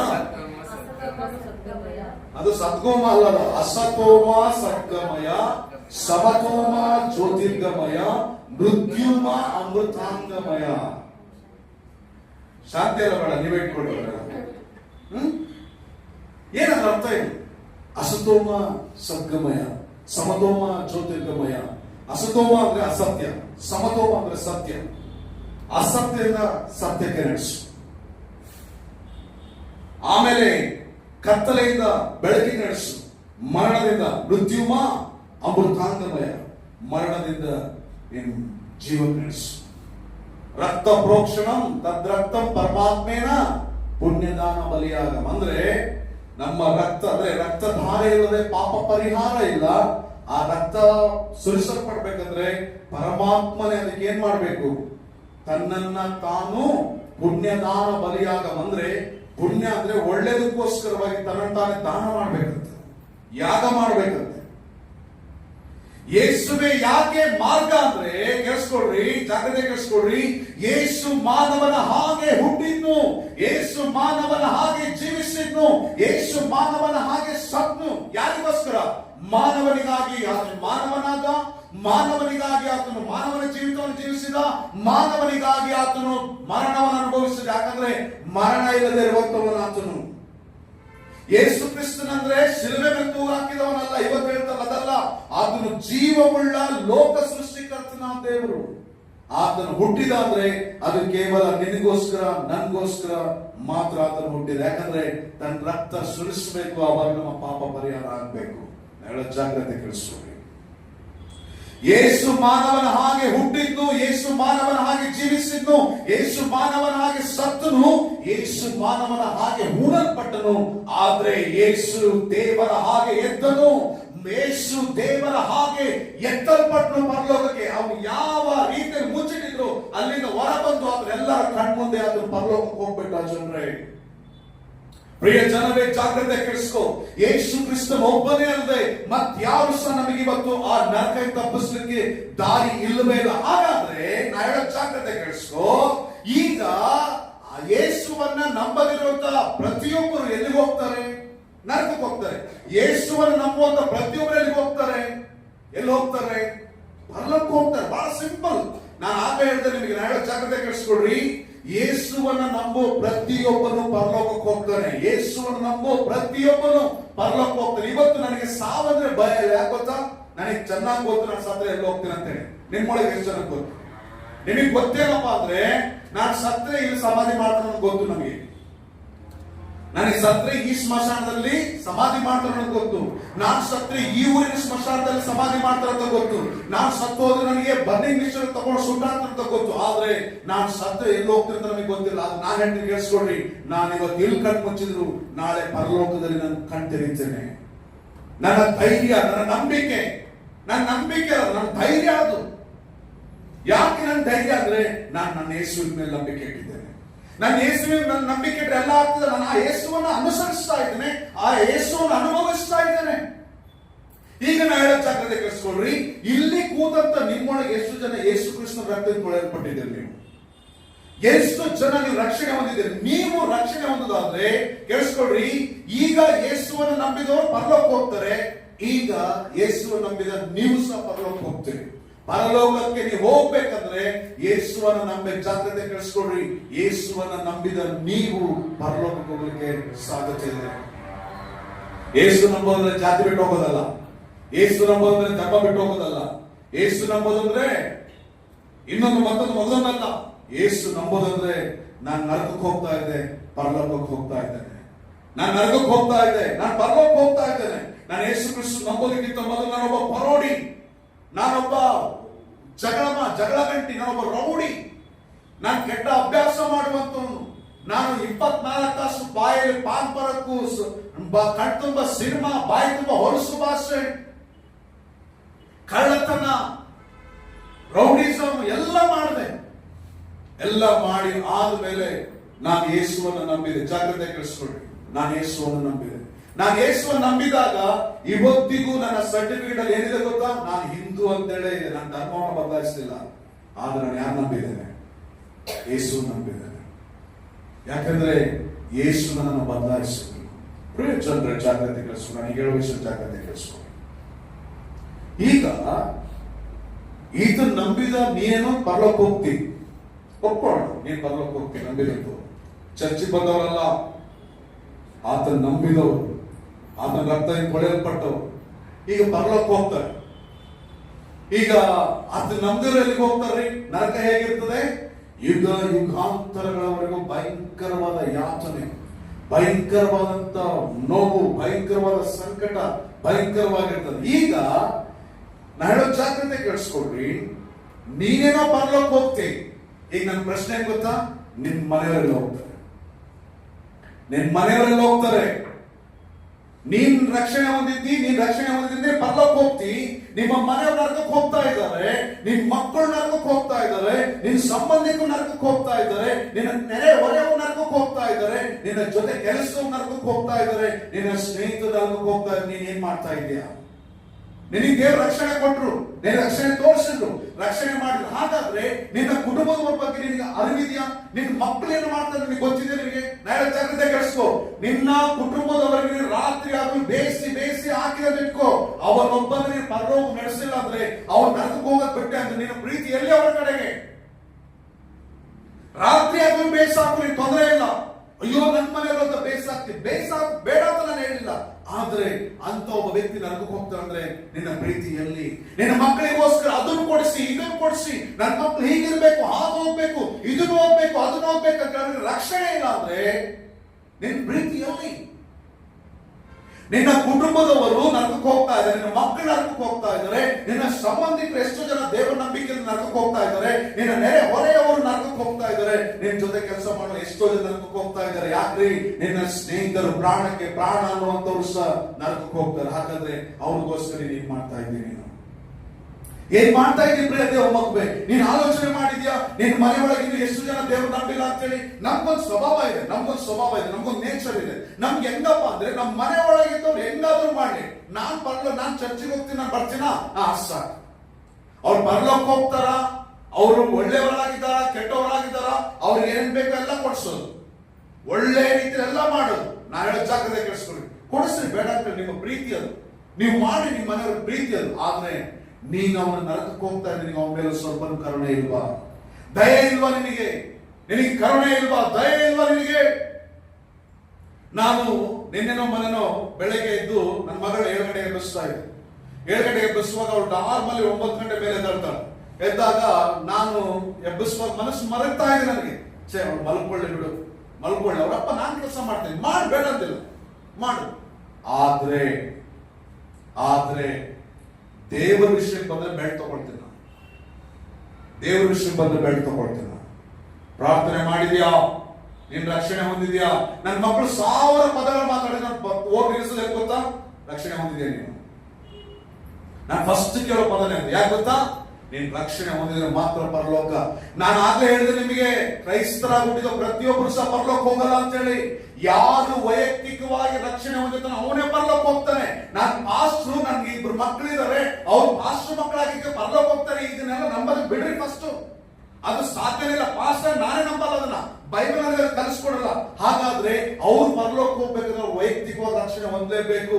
ಹಾಗಾದ್ರೆ ನಿನ್ನ ಮಕ್ಕಳ ಮೇಲೆ ಪ್ರೀತಿಯಲ್ಲಿ, ನಿನ್ನ ಮನೆಯವ್ರ ಮೇಲೆ ಪ್ರೀತಿಯಲ್ಲಿ ಏನ್ ಪ್ರೀತಿ ಮಾಡ್ತಾ ಇದ್ದೀನಿ? ಕುಟುಂಬವನ್ನ, ನಿನ್ನ ಸಂಬಂಧಿಕರ ಪ್ರೀತಿ ಮಾಡಿದ್ರೆ, ನಿನ್ನ ಸ್ನೇಹಿತರ ಪ್ರೀತಿ ಮಾಡ್ತಾ ಇದ್ಯಾ? ಅಯ್ಯೋ ನರಕಕ್ಕೆ ಹೋಗ್ತಾ ಇದಲ್ಲ, ಓ ಹೌದಾ, ಇದೆಲ್ಲ ಮಾಡ್ತೀವಿ, ಮಾಡು ಮಾಡು ಮಾಡು ಮಾಡು, ತೊಂದರೆ ಇಲ್ಲ. ನಾವೆಲ್ಲವನ್ನು ಪುಸ್ತಕ ಎಲ್ಲ ಗ್ರಾಂಡೆಡ್ ಆಗಿ ನೋಡ್ತೀವಿ ನಾವು. ಅವ್ರು ಏನೇ ತಪ್ಪು ಮಾಡಿದ್ರು, ಏನೋ ಬಿಟ್ರು, ಪ್ರೀತಿ ಮುದ್ದಿಂದ ಮಾಡ್ತಾರೆ ಬಿಡಿ ಮಕ್ಕಳು, ಮುದ್ದಿಂದ ಮಾಡ್ತಾರೆ. ಮುದ್ದಿಂದ ನರಕಕ್ಕೆ ಹೋಗ್ತಾರೆ, ನಿಮ್ ಕಣ್ಣುಗಳು ಕಾಣ್ತವೆ. ಏನ್ ಮಾಡ್ತೀರ ಅವಾಗ? ನನಗೆ ಏನ್ ಆಶ್ಚರ್ಯ ಅಂದ್ರೆ, ನಿಮ್ಮ ಮನೆಯವರನ್ನೇ ನೀವು ರಕ್ಷಣೆ ತರಕ್ಕಾಗಿಲ್ಲ, ನಿಮ್ಮ ಮನೆಯವರನ್ನೇ ನೀವು ಪರಲೋಕ ನಡೆಸಕ್ಕಾಗಿಲ್ಲ ಅಂದ್ರೆ ಶತ್ರುಗಳನ್ನ ಪ್ರೀತಿಸ್ತಾರೆ. ನಿಮ್ ಶತ್ರುಗಳನ್ನ ಪ್ರೀತಿಸ್ತಾರೆ, ನಿಮ್ ಶತ್ರುಗಳನ್ನ ಪ್ರೀತಿಸ್ತಾರೆ. ನಿಮ್ಮ ಮನೆಯವರನ್ನೇ ನೀವು ರಕ್ಷಣೆ ತರಕ್ಕಾಗಿಲ್ಲ, ನಿಮ್ಮ ಮಕ್ಕಳೇ ನರಕಕ್ಕೆ ಹೋಗ್ತಾರೆ. ನಿಮ್ಮನ್ನ ಸತ್ಯ ಕಳಿಸ್ಕೊಡಿ, ಜಾಗ್ರತೆ ಕಳಿಸ್ಕೊಡಿ. ನಾನು ನಿಮ್ಮಲ್ಲಿ ಬಹಳ ಜನರಿಗೆ ಬ್ಯಾಪ್ಟಿಸಮ್ ಕೊಟ್ಟಿದ್ದೀನಿ, ಬಟ್ ನನ್ನ ಮನಸ್ಸಾಕ್ಷಿ ಸಾಕ್ಷಿ ಏನ್ ಕೊಡ್ತದೆ ಗೊತ್ತಾ? ನೀವಿನ್ನೂ ರಕ್ಷಣೆ ಹೊಂದಿಲ್ಲ, ಅದು ಬ್ಯಾಪ್ಟಿಸಮ್ ತಗೊಂಡಿದೆ ಅಂತ ನನ್ನ ಮನಸ್ಸಾಕ್ಷಿ ಸಾಕ್ಷಿ ಕೊಡ್ತದೆ. ಬ್ಯಾಪ್ಟಿಸಮ್ ತಗೊಂಡಿದ್ದು ಒಬ್ಬರು ಕ್ರಿಸ್ತನಾಗಲ್ಲ, ಕ್ರೈಸ್ತನವನಾಗಲ್ಲ. ನಾನು ಏನ್ ಹೇಳ್ತೀನಿ ಅಂದ್ರೆ, ಎಲ್ಲರಿಗೂ ನಿನ್ ಮನೇಲಿ ಹೋಗಿ ನೋಡು, ನಿನ್ ಮಕ್ಕಳು, ನಿನ್ ಮನೆಯವರು ಎಷ್ಟು ಸುಂದರವಾಗಿ ಮೈ ತುಂಬಾ ಬಂಗಾರ ಬೆಳ್ಳಿ ಹಾಕೊಂಡು ಕೂತ್ಕೊಂಡು ಗಣ ಗಣ ಗಣ ಗಣ ಗಣ ಗಣ ಅಂತೇಳಿ ಲಕ್ಷ್ಮಿ ತರ ಹೊಳಿತಾ ಇರ್ಬೋದು. ಆದ್ರೆ ಹಿಂದೆ ನೋಡು, ಅವ್ರು ನರಕನ ಹೋಗ್ಕೊಂಡು ತಿರುಗ್ತಾ ಇದ್ದಾರೆ. ಹಾಗಾದ್ರೆ ಎಲ್ಲಿ ನಿನ್ನ ಕೊಡುವುದು ನಿನ್ನ ಪ್ರೀತಿ? ನಿನ್ನ ಆತ್ಮ ನಿನ್ನ ಮನೆಯವ್ರು ನರಕ ಹೋಗ್ತಾರೆ, ನಿನ್ಗೆ ಅರಿವಿಲ್ವೋ? ಏನ್ ಪರವಾಗಿಲ್ಲ, ನನ್ನ ಮನೆಯವರು ಕುಡಿಲಿ ತಿನ್ಲಿ ಮಜಾ ಮಾಡಿ, ಓ ಎಂಗೂ ಚೆನ್ನಾಗಿರ್ಲಿ. ಏ ಸೈತಾನ್, ಸೈತಾನ್ ದೊಡ್ಡ ಸೈತಾನ್ ನೀನೇ, ಸೈತಾನ್ ದೊಡ್ಡ ಸೈತಾನ್ ನೀನೇ. ನಿನಗೆ ದೇವರು ತನ್ನ ಸುವಾರ್ತೆನ ಕೊಡೋ ಬದಲು ನರೇಂದ್ರ ಮೋದಿ ಕೊಟ್ಟಿದ್ರೆ ಇಡೀ ದೇಶವನ್ನು ಬದಲಾಯಿಸಿ ಕೊಟ್ಟಿರ್ತಿದ್ದ. ನಿನಗೆ ಕೃಪೆ ಮಾಡಿಕೊಟ್ಟಲ್ಲ, ಯೋಗ್ಯತೆ ಇಲ್ಲ ನಿನಗೆ, ಅದನ್ನ ರಕ್ಷಣೆ ತಂದು ಕೊಟ್ಟನಲ್ಲ. ಆಗ ನೀನೇನ್ ಮಾಡ್ತಾ ಇದ್ದಿ? ಏನ್ ಮಾಡ್ತಾ ಇದ್ದಿ ನೀನು? ನಿನ್ನ ಮಕ್ಕಳು ರಕ್ಷಣೆ ಹೊಂದಿಲ್ಲ ಬಿಡ್ತಾ ಇದೆಯಾ? ನಿನ್ನ ಮನೆಯವ್ರ ರಕ್ಷಣೆ ಹೊಂದಿಲ್ಲ ಬಿಡ್ತಾ ಇದೆಯಾ? ನರ್ಕಕ್ಕೆ ಪರವಾಗಿಲ್ಲ, happy happy happy, super super, ಮಜಾ ಮಾಡ್ರಿ, ಹೋಗ್ರಿ, ಏನಾದ್ರೂ ಮಾಡಿ, ನನ್ನ ಫ್ರೀ ಬಿಡ್ರಿ. ನೀವು ಮೊಬೈಲ್ ಇಟ್ಕೊಳ್ತೀರಾ ಇಟ್ಕೊಳ್ರಿ, ನೀವು ಏನಾದ್ರೂ ಮಾಡ್ತೀರಾ ಇಟ್ಕೊಳ್ರಿ, ನನ್ನ ಫ್ರೀ ಬಿಡ್ರಿ. ಏನ್ ಮಾಡ್ತಾ ಇದ್ದೀನಿ ನೀನು? ನಿನ್ನವನ್ನ ನೀವು ಕಳ್ಕೊಳ್ತಾ ಇದ್ದೀನಿ ನೀನು. ನಾನು ಯೇಸು ಕ್ರಿಸ್ತು ನಂಬಿದಾಗ ನಮ್ಮಪ್ಪನ 2 ಹೆಂಡತಿ ಮಕ್ಕಳು, ಅವ್ರನ್ನ ಫಸ್ಟ್ ತಗೊಂಡು ಬಂದೆ. ನನ್ನ ಕುಟುಂಬ, ಆ ಕುಟುಂಬನ ಕಾಪಾಡಬೇಕು, ಆ ಕುಟುಂಬ ದ್ರೋಹ ಮಾಡೋದು ಬೇರೆ ವಿಷಯ. ಅವ್ರ ರಕ್ಷಣೆ ತರಬೇಕು, ಅವ್ರು ನಿಲ್ಲಿಸ್ಬೇಕು. ಈಗ ನಾ ಹೇಳೋ ಜಾಗ್ರತೆ ಕೆಡಿಸ್ಕೊಳ್ರಿ, ನಾ ಹೇಳೋದು ಬಹಳ ಕೇರ್ಫುಲ್ ಆಗಿ ಕೆಡಿಸ್ಕೊಳ್ರಿ. ಎಲ್ಲರೂ ನಡ್ಕೊಂಡು ಹೋಗ್ತಾರೆ, ನಿಮ್ಗೆ ಅರಿವಿದೆ ಅದು. ನೀನು, ನಿನ್ನ ಮಗು, ನಿನ್ನ ಗಂಡ, ನಿನ್ನ ಹೆಂಡತಿ, ನಿನ್ನ ಸಂಬಂಧಿಕರು, ನಿನ್ನ ಮನೆಯವರು, ನಿನ್ನ ತಾಯಿಗಳು ನರಕಕ್ಕೆ ಹೋಗುವಾಗ ನೀನು ಬಹಳ ಹ್ಯಾಪಿ ಆಗಿದ್ಯಾ? ಬಹಳ ಚೆನ್ನಾಗಿದೆಯಾ, ನಿಮ್ಮ ಏನ್ ಬೇಕಾದ್ರೆ ಪರವಾಗಿಲ್ಲ, ಪರಲೋಕ ಬಂದಿಲ್ಲ ಪರವಾಗಿಲ್ಲ. ಅವ್ರು ಪರಲೋಕ ಬಂದ ನರಕಕ್ಕೆ ಹೋಗಿ ಸಾಯ್ತಾರೆ, ಸಾಯ್ರಿ, ಇವಾಗ ಸಾಯ್ತವ್ರಿ. ನೀವು ನರಕಕ್ಕೆ ಹೋಗ್ತೀರಾ, ಹೋಗ್ರಿ, ತೊಂದರೆ ಇಲ್ಲ. ಪ್ರಿಯ ಜನರೇ, ನಾ ಹೇಳೋ ಜಾಗ್ರತೆ ಕೇಳಿಸ್ಕೊ, ನಾ ಹೇಳೋ ಬಹಳ ಜಾಗ್ರತೆ ಕೇಳಿಸ್ಕೊ. ಇವತ್ತು ನೀನು ಯಾವುದಕ್ಕೆ ನಿನ್ನವ್ರನ್ನ ಪ್ರೇರೇಪಿಸ್ತಾ ಇದೆಯಾ? ನನ್ನ ಮಕ್ಕಳ ಬಗ್ಗೆ ಹೇಳ್ತೀನಿ, ಕೇಳಿಸ್ಕೊಡ್ರಿ. ನನ್ನ ಮಕ್ಕಳು ಮನೆ ಬಿಟ್ಟರೆ ಹೊರಗೆ, ನನ್ನ ಮಗನ ಬಾರೋ ಮನೆ ಹೊರಗೆ ಅಂದ್ರೆ ಬರಲ್ಲ ಪಾಪ, ನೀವು ಹೋಗ್ರಿ ಅಂತ ಹೇಳ್ತಾರೆ. ಅವ್ರು ಮನೆ ಒಳಗೆ ಇರ್ತಾರೆ, ಅದ್ರ ಅರ್ಥ ಅವ್ರು ಒಳ್ಳೆಯವ್ರಂತೇಳ? ಒಳ್ಳೆಯವ್ರಂತೇಳ? ನನ್ನ ಮಕ್ಕಳಿಗೆ ದೇವ್ರ ವಿಷಯ ಬಂದ್ರೆ ಅದು ಎಂತದೇ ಆಗಲಿ ಸೈಡ್ ಕಳ್ಬಿಡ್ತೀನಿ ನಾನು. ಸಪೋರ್ಟ್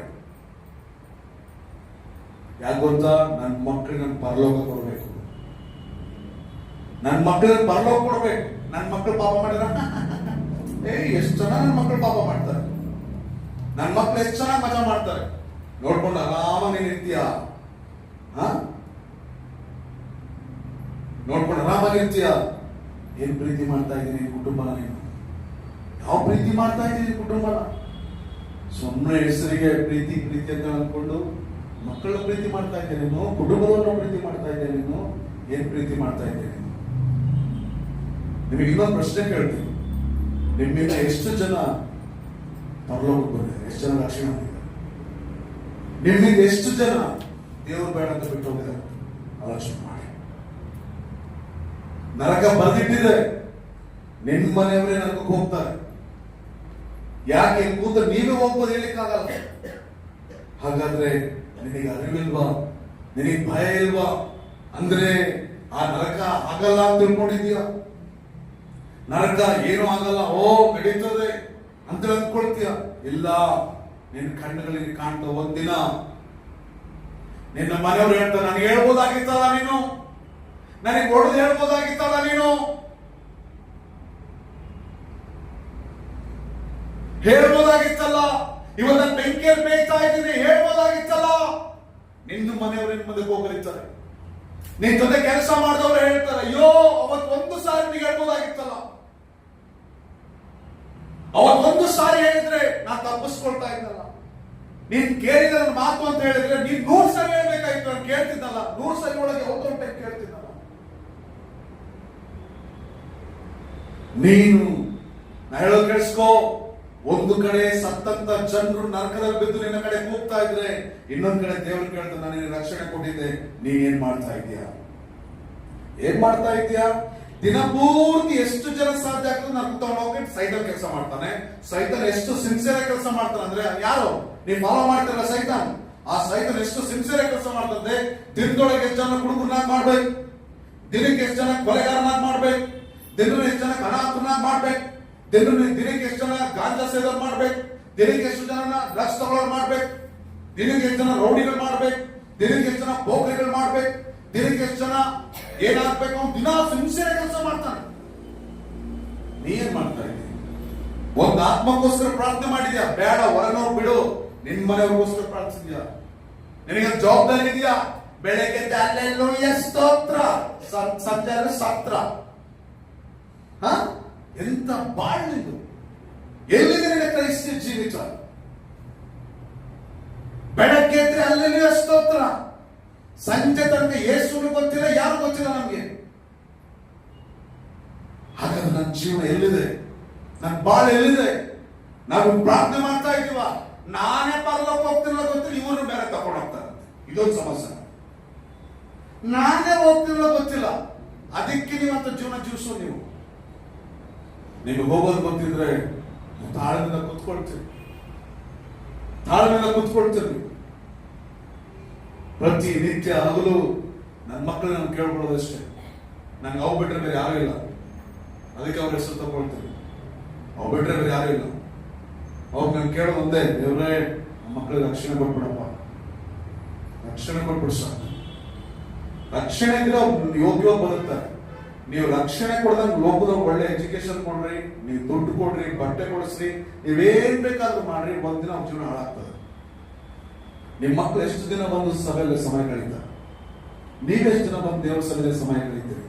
ನೀವೇ ನೆಟ್ಟಿಗಿರಲ್ಲ ಅಂದ್ರೆ ನಿಮ್ಮ ಮಕ್ಕಳೇ ನೆಟ್ಟಿಗಿರ್ತಾರೆ? ನೀವೇ ನೆಟ್ಟಿಗಿರ್ಲಿಲ್ಲ ಅಂದ್ರೆ ನಿಮ್ಮ ಮಕ್ಕಳು ಹೆಂಗಿರ್ತಾರೆ ನೆಟ್ಟಿಗೆ? ನೀವೇ ನಿಮ್ಮ ಮನೆ ಸಾಕ್ಷಿ ಆಗಿಲ್ಲ ಅಂದ್ರೆ ನಿಮ್ಮ ಮನೆಯವ್ರು ಹೇಗಿರ್ತಾರೆ ಸಾಕ್ಷಿಯಾಗಿ? ಹೇಗಿರ್ತೀರಿ ನೀವು? ಜಾಗ್ರತೆ ಕೇಳಿಸ್ಕೊಳ್ರಿ. ನಿನ್ನನ್ನ ಪರಲೋಕ ಕರ್ಕೊಂಡು ಹೋಗ್ಬೇಕಾ ನರಕ ಕರ್ಕೊಂಡು ಹೋಗ್ಬೇಕಾ ನೀನೇ ಡಿಸೈಡ್ ಮಾಡಿ. ನೀನು ನಿನ್ ಕುಟುಂಬ ಪರಲೋಕ ಹೋಗ್ಬೇಕಾ ನರಕಕ್ಕೆ ಹೋಗ್ಬೇಕಾ ಡಿಸೈಡ್ ನೀನೇ ಮಾಡಿ. ಡಿಸೈಡ್ ಮಾಡಿ. ಯಾಕಂದ್ರೆ ಅಯ್ಯೋ ಆ ದಿನಗಳಿಗೋಸ್ಕರ ನಾವೇ ಸತ್ತರೆ ಚೆನ್ನ ನನಗೆ ಅನಿಸ್ತದೆ. ಸತ್ತೋಗ್ಬಿಡ್ಬೇಕು ದೇವರೇ, ಜನರು ನರಕಕ್ಕೆ ಹೋಗ್ಬಾರ್ದು. ಭಯಂಕರ ಕಷ್ಟ ಜನರೇ ಅದು. ನಿಮಗೆ ಗೊತ್ತಿಲ್ಲ, ನಿಮ್ಮ ಎಕ್ಸ್ಪೀರಿಯನ್ಸ್ ಇಲ್ಲ, ನಿಮಗೆ ಗೊತ್ತಿಲ್ಲ.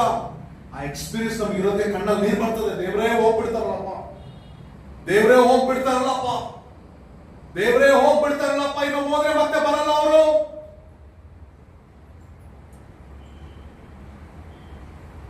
ಪ್ರಿಯ ಜನವೇ, ಕಣ್ಣೀರಿಡು, ಗೋಳಾಡು ನಿನ್ ಮನೆಗೋಸ್ಕರ. ಯೇಸು ಕ್ರಿಸ್ತರು ಹೇಳಿದ ಒಂದು ಮಾತು, ಸ್ತ್ರೀಯರೇ ನಿನಗಾಗಿ ನಿನ್ನ ಕುಟುಂಬಕ್ಕೋಸ್ಕರ ಗೋಳಾಡು, ಗೋಳಾಡ್ರಿ. ನರಕ ಅನ್ನೋದು ಕಾದು ಕೂತಿದ್ರೆ ನನ್ನ ಕೇಳಿಸ್ಕೊಂಡ್ರಿ, ನನ್ನ ಕೇಳಿಸ್ಕೊಂಡ್ರಿ. ಈ ಕ್ಷಣ ಯೇಸು ಕ್ರಿಸ್ತನ ಬಂದು ನಿಮ್ಮೊಳಗೆ ಎಷ್ಟು ಜನ ಎತ್ತಲ್ಪಡ್ತೀವಿ? ನಾವೇ ಎತ್ತಲ್ಪಡೋ ಡೌಟ್ ಅಂದ್ರೆ ನಮ್ಮ ಮನೆ, ನಮ್ಮ ಕುಟುಂಬ, ನಮ್ಮ ಹೆಂಡತಿ, ನಮ್ಮ ಮಕ್ಕಳು, ನಮ್ಮ ಸ್ವತ್ತದವರು, ಬಂಧುಗಳು ಅವ್ರು ಪರಲೋಕ ಹೋಗ್ತಾರೆ, ಏನ್ ಗ್ಯಾರಂಟಿ? ಪ್ರಿಯ ಜನವೇ, ನಿಮ್ಮನ್ನ ಕೈ ಮುಗಿದು ಬಹಳ ದೀನತೆಯಿಂದ ಕೇಳ್ಕೊಳ್ತಾ ಇದ್ದೇನೆ. ಆತ್ಮಗಳ ಬಗ್ಗೆ ಕಣ್ತೆರಲ್ಪಡ್ಲಿ ನಿಮಗೆ, ಕಣ್ತೆರಲ್ಪಡ್ಲಿ ನಿಮಗೆ. ಸಾಕು, ಸಾಕಿನ ಜೀವನ. ನಿನ್ನ ಮಕ್ಕಳೇ ನಿನ್ನ ಕಣ್ಮುಂದೆ ನರಕಕ್ಕೆ ಹೋದ್ರೆ, ನಿನ್ನ ಹೆಂಡತಿ ನಿನ್ನ ಕಣ್ಮುಂದೆ ನರಕಕ್ಕೆ ಹೋದ್ರೆ, ನಿನ್ನ ಗಂಡ ನಿನ್ನ ಕಣ್ಮುಂದೆ ನರಕಕ್ಕೆ ಹೋದ್ರೆ ಹೇಗಿತ್ತು ಒಂದ್ಸತಿ ಆಲೋಚನೆ ಮಾಡು. ಹೇಗಿತ್ತು ಒಂದ್ಸಾರಿ ಆಲೋಚನೆ ಮಾಡು. ನೀನ್ ಇಲ್ಲೆಲ್ಲ ಏನೆಲ್ಲ ಮಾಡಿದ್ರೆ ಎಲ್ಲ ಡುಂಕಿ ಡುಂಕಿ ಆಗಿ ಹೋಗ್ತದೆ. ಅದಕ್ಕೆ ನೀವು ನಿಮ್ಮ ಕುಟುಂಬವನ್ನೇ ಪ್ರೀತಿಸಿಲ್ಲ ಅಂದ್ರೆ ನಿಮ್ಮ ನೆರೆಯವನ್ನ, ನಿಮ್ಮ ಶತ್ರುಗಳನ್ನ ನೀವು ಪ್ರೀತಿಸ್ತೀರಿ. ಯಾವತ್ತ ಪ್ರಯತ್ನ ಪಟ್ಟಿದ್ರು ಒಬ್ಬರು ರಕ್ಷಣೆ ತರಲಿಕ್ಕೆ? ಗೊತ್ತರ ನಿಮ್ಗೆ? ನಾವೆಲ್ಲ ಯಾಕೆ ಬಂದು ಇಟ್ಕೊಳ್ತೀವಿ? ಹುಚ್ಚು ರೀತಿ ನಮಗೆ ಬೇರೆ ಕೆಲಸ ಇಲ್ವಾ? ಸಂಪಾದಿಸಿದ್ರೆ ಲೋಕದಲ್ಲಿ ಲಕ್ಷ ಲಕ್ಷ ಸಂಪಾದಿಸ್ತಾನೆ. ನಾನು ಯಾಕೆ ಬಂದು ನಿಂತ್ಕೊಂಡಿದ್ದೀವಿ ಅಲ್ಲಿ? ರಕ್ಷಣೆ. ನಾನು ಒಂದ್ ವೇಳೆ ಬಾರದೆ ಹೋಗಿದ್ರೆ, ನಾನು ಸೇವೆ ಬಾರದೆ ಹೋಗಿದ್ರೆ ಇವತ್ತು ಪೊಲೀಸ್ ಕೆಲಸದಲ್ಲಿ 26 ವರ್ಷ ಸರ್ವಿಸ್ ಇರ್ತಿತ್ತು. ನನಗೆ 26 ವರ್ಷ ಸರ್ವಿಸ್ ಇರ್ತಿತ್ತು ಪೊಲೀಸ್ ಕೆಲಸದಲ್ಲಿ. ನಾವು ಅದನ್ನು ತ್ಯಾಗ ಮಾಡಿ ಬಂದ್ವಿ. ನಮ್ಮ ಜೀವಿತದಲ್ಲಿ ಕೆಲಸ ಎಲ್ಲ, ಕುಟುಂಬ, ಫ್ಯಾಮಿಲಿ, ಊರು ಎಲ್ಲ ತ್ಯಾಗ ಮಾಡಿ. ಯಾರಿಗೋಸ್ಕರ? ನಿಮ್ಗೋಸ್ಕರ. ನೀವೇನ್ ಮಾಡ್ತೀರಿ? ತಿಂತೀರಾ, ಡರ್ ಡೋಸನ್ನ ಬೆಚ್ಚು ಮಲಗ್ತೀರ. ನಿಮ್ ಸೇವಕರು ತ್ಯಾಗ ಮಾಡಿ ಬಂದಿದ್ದಾರೆ ನಿಮ್ಗೋಸ್ಕರ. ತ್ಯಾಗ ಮಾಡಿ ಎಲ್ಲ ಬಂದು ನಿಂತ್ಕೊಂಡಿದ್ದೇವೆ. ತ್ಯಾಗದಿಂದ ನಾವು ನಿಂತ್ಕೊಂಡಿದ್ದೇವೆ. ಮೇಲೆ ಸೂಟ್ ಹಾಕೊಂಡಿದ್ದೀವಿ, ಒಳಗೆ ಬೆವಿತಾ ಇದೀವಿ, ಕಣ್ಣೀರಿಂದ ಕೂಗ್ತಾ ಇದ್ದೀವಿ. ಮೇಲೆ ಅಂದ ಚಂದವಾಗಿ ಕಾಣ್ತೀವಿ, ಒಳಗೆ ಅಳ್ತಾ ಇದೀವಿ ನಾವು. ದೇವರೇ, ಈ ಜನರಿಗೆ ಯಾವಾಗ ಬುದ್ಧಿ ಬರ್ತದೆ? ಇಷ್ಟು ತ್ಯಾಗದಿಂದ ನಾವು ಬದುಕ್ತೇವೆ. ನನ್ ತ್ಯಾಗ ಬಿಡ್ರಿ, ಯೇಸು ಕ್ರಿಸ್ತನ ತ್ಯಾಗ ನೆನಪು ಮಾಡ್ಕೊಡ್ರಿ. ಯೇಸು ಕ್ರಿಸ್ತ ನಿನಗೋಸ್ಕರ ತಾನೇ ಸತ್ತಿದ್ದು. ಆ ತ್ಯಾಗ ನಿನಗೆ ಅರ್ಥ ಆಗಿದೆ? ನಿನಗೆ ನಾವು ಬಿಡ್ರಿ ಮನುಷ್ಯ, ನಾವೇನು ಅಲ್ಲ. ಯೇಸು ಕ್ರಿಸ್ತನ ತ್ಯಾಗ, ಅದು ದೇವರಾಗಿದ್ರು ಸಹ ನಿನ್ಗೋಸ್ಕರ ಬಂದು ಸತ್ನಲ್ಲ. ನೀನ್ ನಿನ್ ಕುಟುಂಬಕ್ಕೋಸ್ಕರ ಏನ್ ಮಾಡ್ತೀಯ? ನೀನ್ ನಿನ್ ಕುಟುಂಬಕ್ಕೋಸ್ಕರ ಏನ್ ಮಾಡ್ತೀಯ? ನಿನ್ನವರಿಗೋಸ್ಕರ ಏನ್ ಮಾಡ್ತೀಯ? ಪ್ರಿಯ ಜನವೇ, ನಾ ಹೇಳೋದು ಕೇಳಿಸ್ಕೋ. ನಿನ್ನ ಮೊಣಕಾಲು, ನಿನ್ನ ಬಾಯಿ, ಈ ವಿಷಯದಲ್ಲಿ ಎರಡೂ ಕೆಲಸ ಮಾಡಲೇಬೇಕು. ನಿನ್ನ ಮೊಣಕಾಲು ಯಾವಾಗಲೂ ಪ್ರಾರ್ಥಿಸಲಿ, ದೇವರು ನನ್ನ ಕುಟುಂಬ ಮುಟ್ಟಪ್ಪ, ನನ್ನ ಕುಟುಂಬ ಚೆನ್ನಾಗಿರ್ಬೇಕು ದೇವ್ರೆ, ನನ್ನ ಕುಟುಂಬ ಸಮಾಧಾನವಾಗಿರ್ಬೇಕು ದೇವ್ರೆ, ನನ್ನ ಕುಟುಂಬ ಸಂತೋಷ ಇರ್ಬೇಕು ದೇವ್ರೆ, ನನ್ನ ಕುಟುಂಬ ಬಹಳ ಆರೋಗ್ಯವಾಗಿರ್ಬೇಕು. ಯಾವಾಗಲೂ ಮೊಣಕಾಲು. ನಿನ್ನ ಬಾಯಿಂದ ಯಾವಾಗಲೂ ಸುವಾರ್ತೆ ಹೇಳು.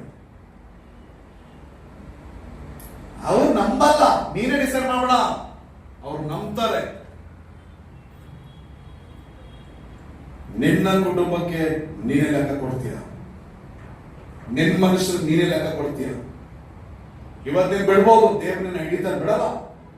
ಕೇಳ್ತಾನೆ ದೇವ್ರು, ನಿನಗೆ ನಾನು ಸುವಾರ್ತೆ ಕೊಟ್ಟನಲ್ಲಮ್ಮ, ಸುವಾರ್ತೆ ಕೊಟ್ಟನಲ್ಲಪ್ಪ, ನಿನಗೆ ರಕ್ಷಣೆ ಕೊಟ್ಟನಲ್ಲಪ್ಪ, ನಿನಗೆ ಸಭೆ ಕೊಟ್ಟನಲ್ಲಪ್ಪ, ಒಬ್ಬನು ಬೊಬ್ಬೆ ಹಾಕೋದು ಒಬ್ಬ ಸೇವಕರು ಸಹ ಕೊಟ್ಟನಲ್ಲಪ್ಪ, ಎಲ್ಲ ಬೋಧನೆ ಕೇಳಿದ್ರಲ್ಲಪ್ಪ, ಯಾಕಪ್ಪ ನಿನ್ ಕುಟುಂಬದಲ್ಲಿ ರಕ್ಷಣೆ ತಂದಿಲ್ಲ?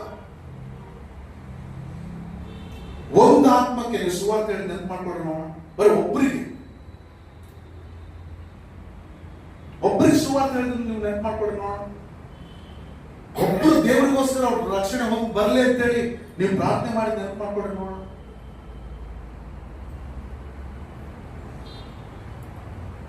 ಕೆಲವು ಮನೆ ಒಳಗೆ ಆಶೀರ್ವಾದಗಳೇ ಬರಲ್ಲ. ಯಾಕೆ ಬರಲ್ಲ ಗೊತ್ತಾ ನಿಮ್ಗೆ? ನಿಮ್ ಮನೆ ಒಳಗೆ ಕೆಲವ್ರಿಗೆ ಆಶೀರ್ವಾದಗಳೇ ಬರಲ್ಲ. ಯಾಕೆ ಬರಲ್ಲ ಗೊತ್ತಾ? ನೀವು ಯೇಸು ಕ್ರಿಸ್ತ ನಂಬಿರ್ತೀರಿ, ನಿಮ್ಮ ಮನೆಯವರೆಲ್ಲ ಯೇಸು ಸೈತಾನ ನಂಬ್ಕೊಂಡು ಜೀವಿಸ್ತಿರ್ತಾರೆ. ಅವಾಗ ಸಮಸ್ಯೆ ಎಲ್ಲಿಂದ ಬರ್ತವೆ? ನಿನ್ನ ಮನೆ ಸಮಸ್ಯೆ ಎಲ್ಲಿಂದ ಬರ್ತವೆ? ನಿನಗೆ ಬರಲ್ಲ ಸಮಸ್ಯೆ, ನಿನ್ನ ಮನೆಗೆ ಸಮಸ್ಯೆಗಳು ಬರ್ತವೆ.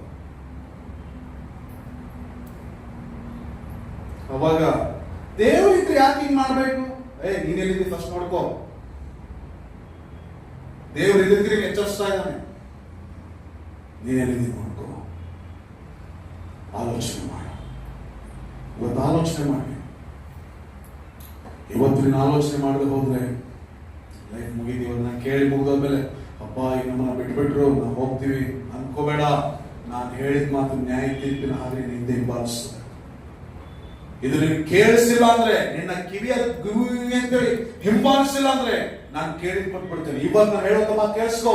ನೀನ್ ಎದ್ದು ಹೋಗ್ಬೋದು, ನನಗಿನ್ನ ಮುಗಿತಪ್ಪ ಅಂತೇಳಿ. ನೀನು ಹೋಗುವಾಗ ನನ್ನ ಮಾತು ನಿನಗೆ ಹಿಂಬಾಲಿಸ್ತದೆ. ನೀನು ಪಾಪ ಕೊಡ್ಬೋದು, ಇನ್ನೊಬ್ಬನ ನರಕಕ್ಕೆ ತಗೊಳ್ಳುವಾಗ ನೀನು ಏನ್ ಬೇಕಾದ್ರೂ ಮಾಡಿ ಟ್ರೈ ಮಾಡ್ಬೋದು. ಬಟ್ ನನ್ನ ಮಾತು ನಿನಗೆ ಹಿಂಬಾಲಿಸಲು ಬಿಡೋದಿಲ್ಲ. ಮನುಷ್ಯರೇ ಇನ್ನೆಷ್ಟು ಕಾಲ ಜೀವಿಸ್ತೇಳಿ ನನ್ನ ಸ್ವರ ನಿಮ್ಮನ್ನು ಹಿಂಬಾಲಿಸ್ತದೆ. ನನ್ನ ಸ್ವರದೊಟ್ಟಿಗೆ ಸರ್ವಶಕ್ತನ ಸ್ವರ ನಿಮ್ಮನ್ನು ಹಿಂಬಾಲಿಸ್ತದೆ. ಹಾಗಾಗಿ ಇವತ್ತು ಯೋಚನೆ ಮಾಡಿ. ಬರ್ರಿ ಮೊಣಕಾಲ ಮೇಲೆ